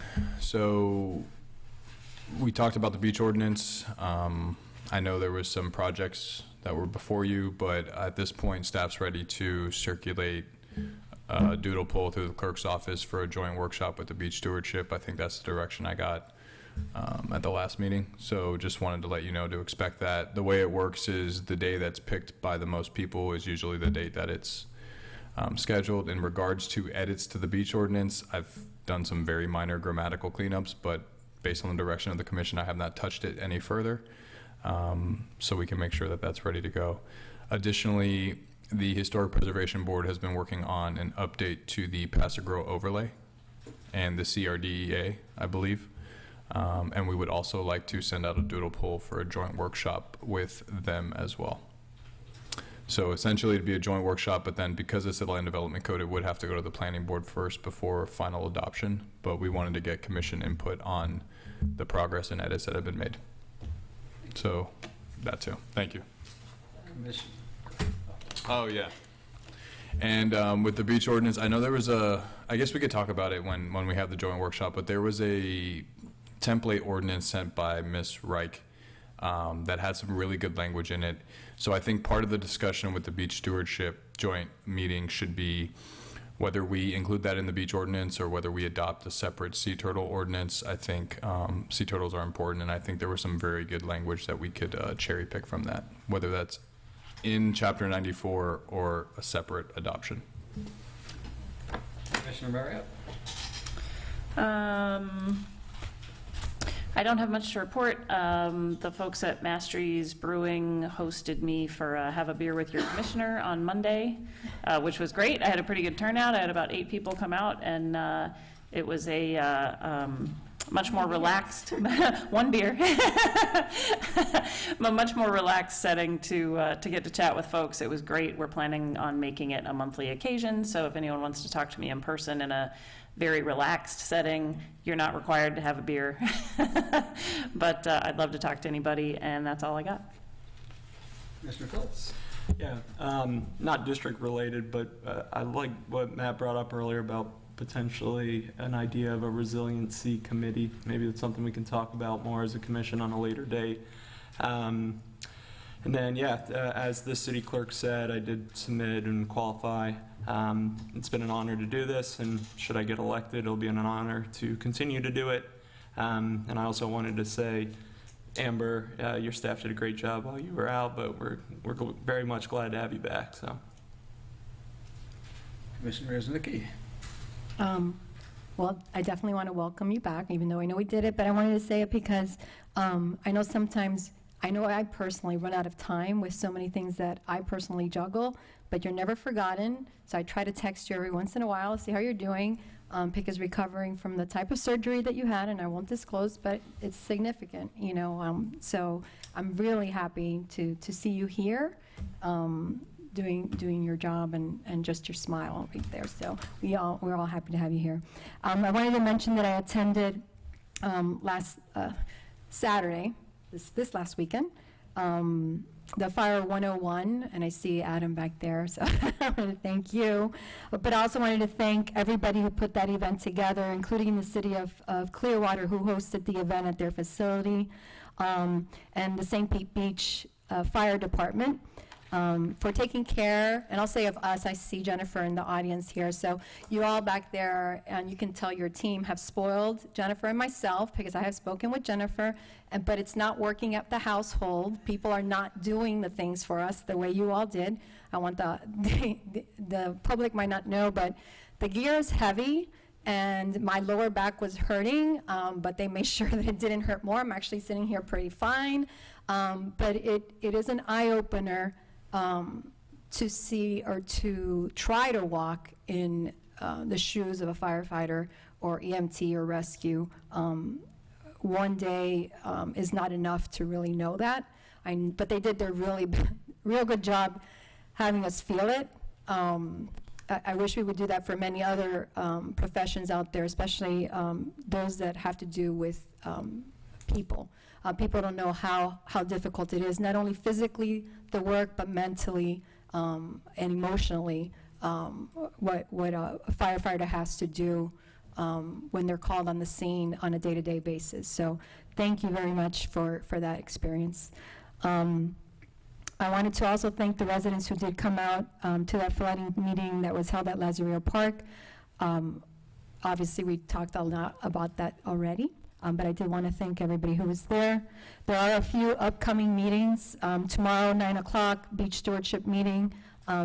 It's here in the chambers, and there's a lot that's being discussed, so take a look at the agenda or watch the meeting on video as well. The Dontesau Property Owners Corporation is having a meeting on May 21st at 6 p.m. in the Suntan, correct? And there's also the town hall meeting for District 3 on May 22nd at 5:30 here in the chambers. And then there's also the boat ramp meeting on May 29th at 6 p.m. at the community center. I know all these meetings are also listed in the events calendar for the city on the website. So please write those down, and I hope to see you there. Thank you. Mr. Mayor? Excited to have Amber back. Glad to see that she's doing so well. You know, I know it's been a long road to recovery, but just you know, very excited to have her back with us. And looking forward to being back home soon. I hope you enjoyed your vacation. All right, just a couple quick comments from me. The beach renourishment project at Pastor Grill was kind of the mini one. I think that, Mike told me, got postponed into June sometime, and that there might be a larger one following on the tail of that one, and I forgot the notes, but that's some more good news for our beach before the big season hits. You already mentioned the boat ramp meeting on the 29th. To my residents, you know I fought hard to get the alleyways back open for garbage delivery, and of course, the water project immediately started and put a stop to that. And they're going to have to redig some of those same spots to flush the systems out in June. So the good news is it's coming. The bad news is we're looking more like July before those alleyways, at least that first alleyway, opens up the garbage collection. And then my next meet and greet is tomorrow evening at 5 p.m. over at Hurley Park. And I will not be having one on the 29th if anybody's listening out there, because we'll be at the boat ramp meeting. So that's all I have. So given that, thank you, everybody. Meeting's adjourned.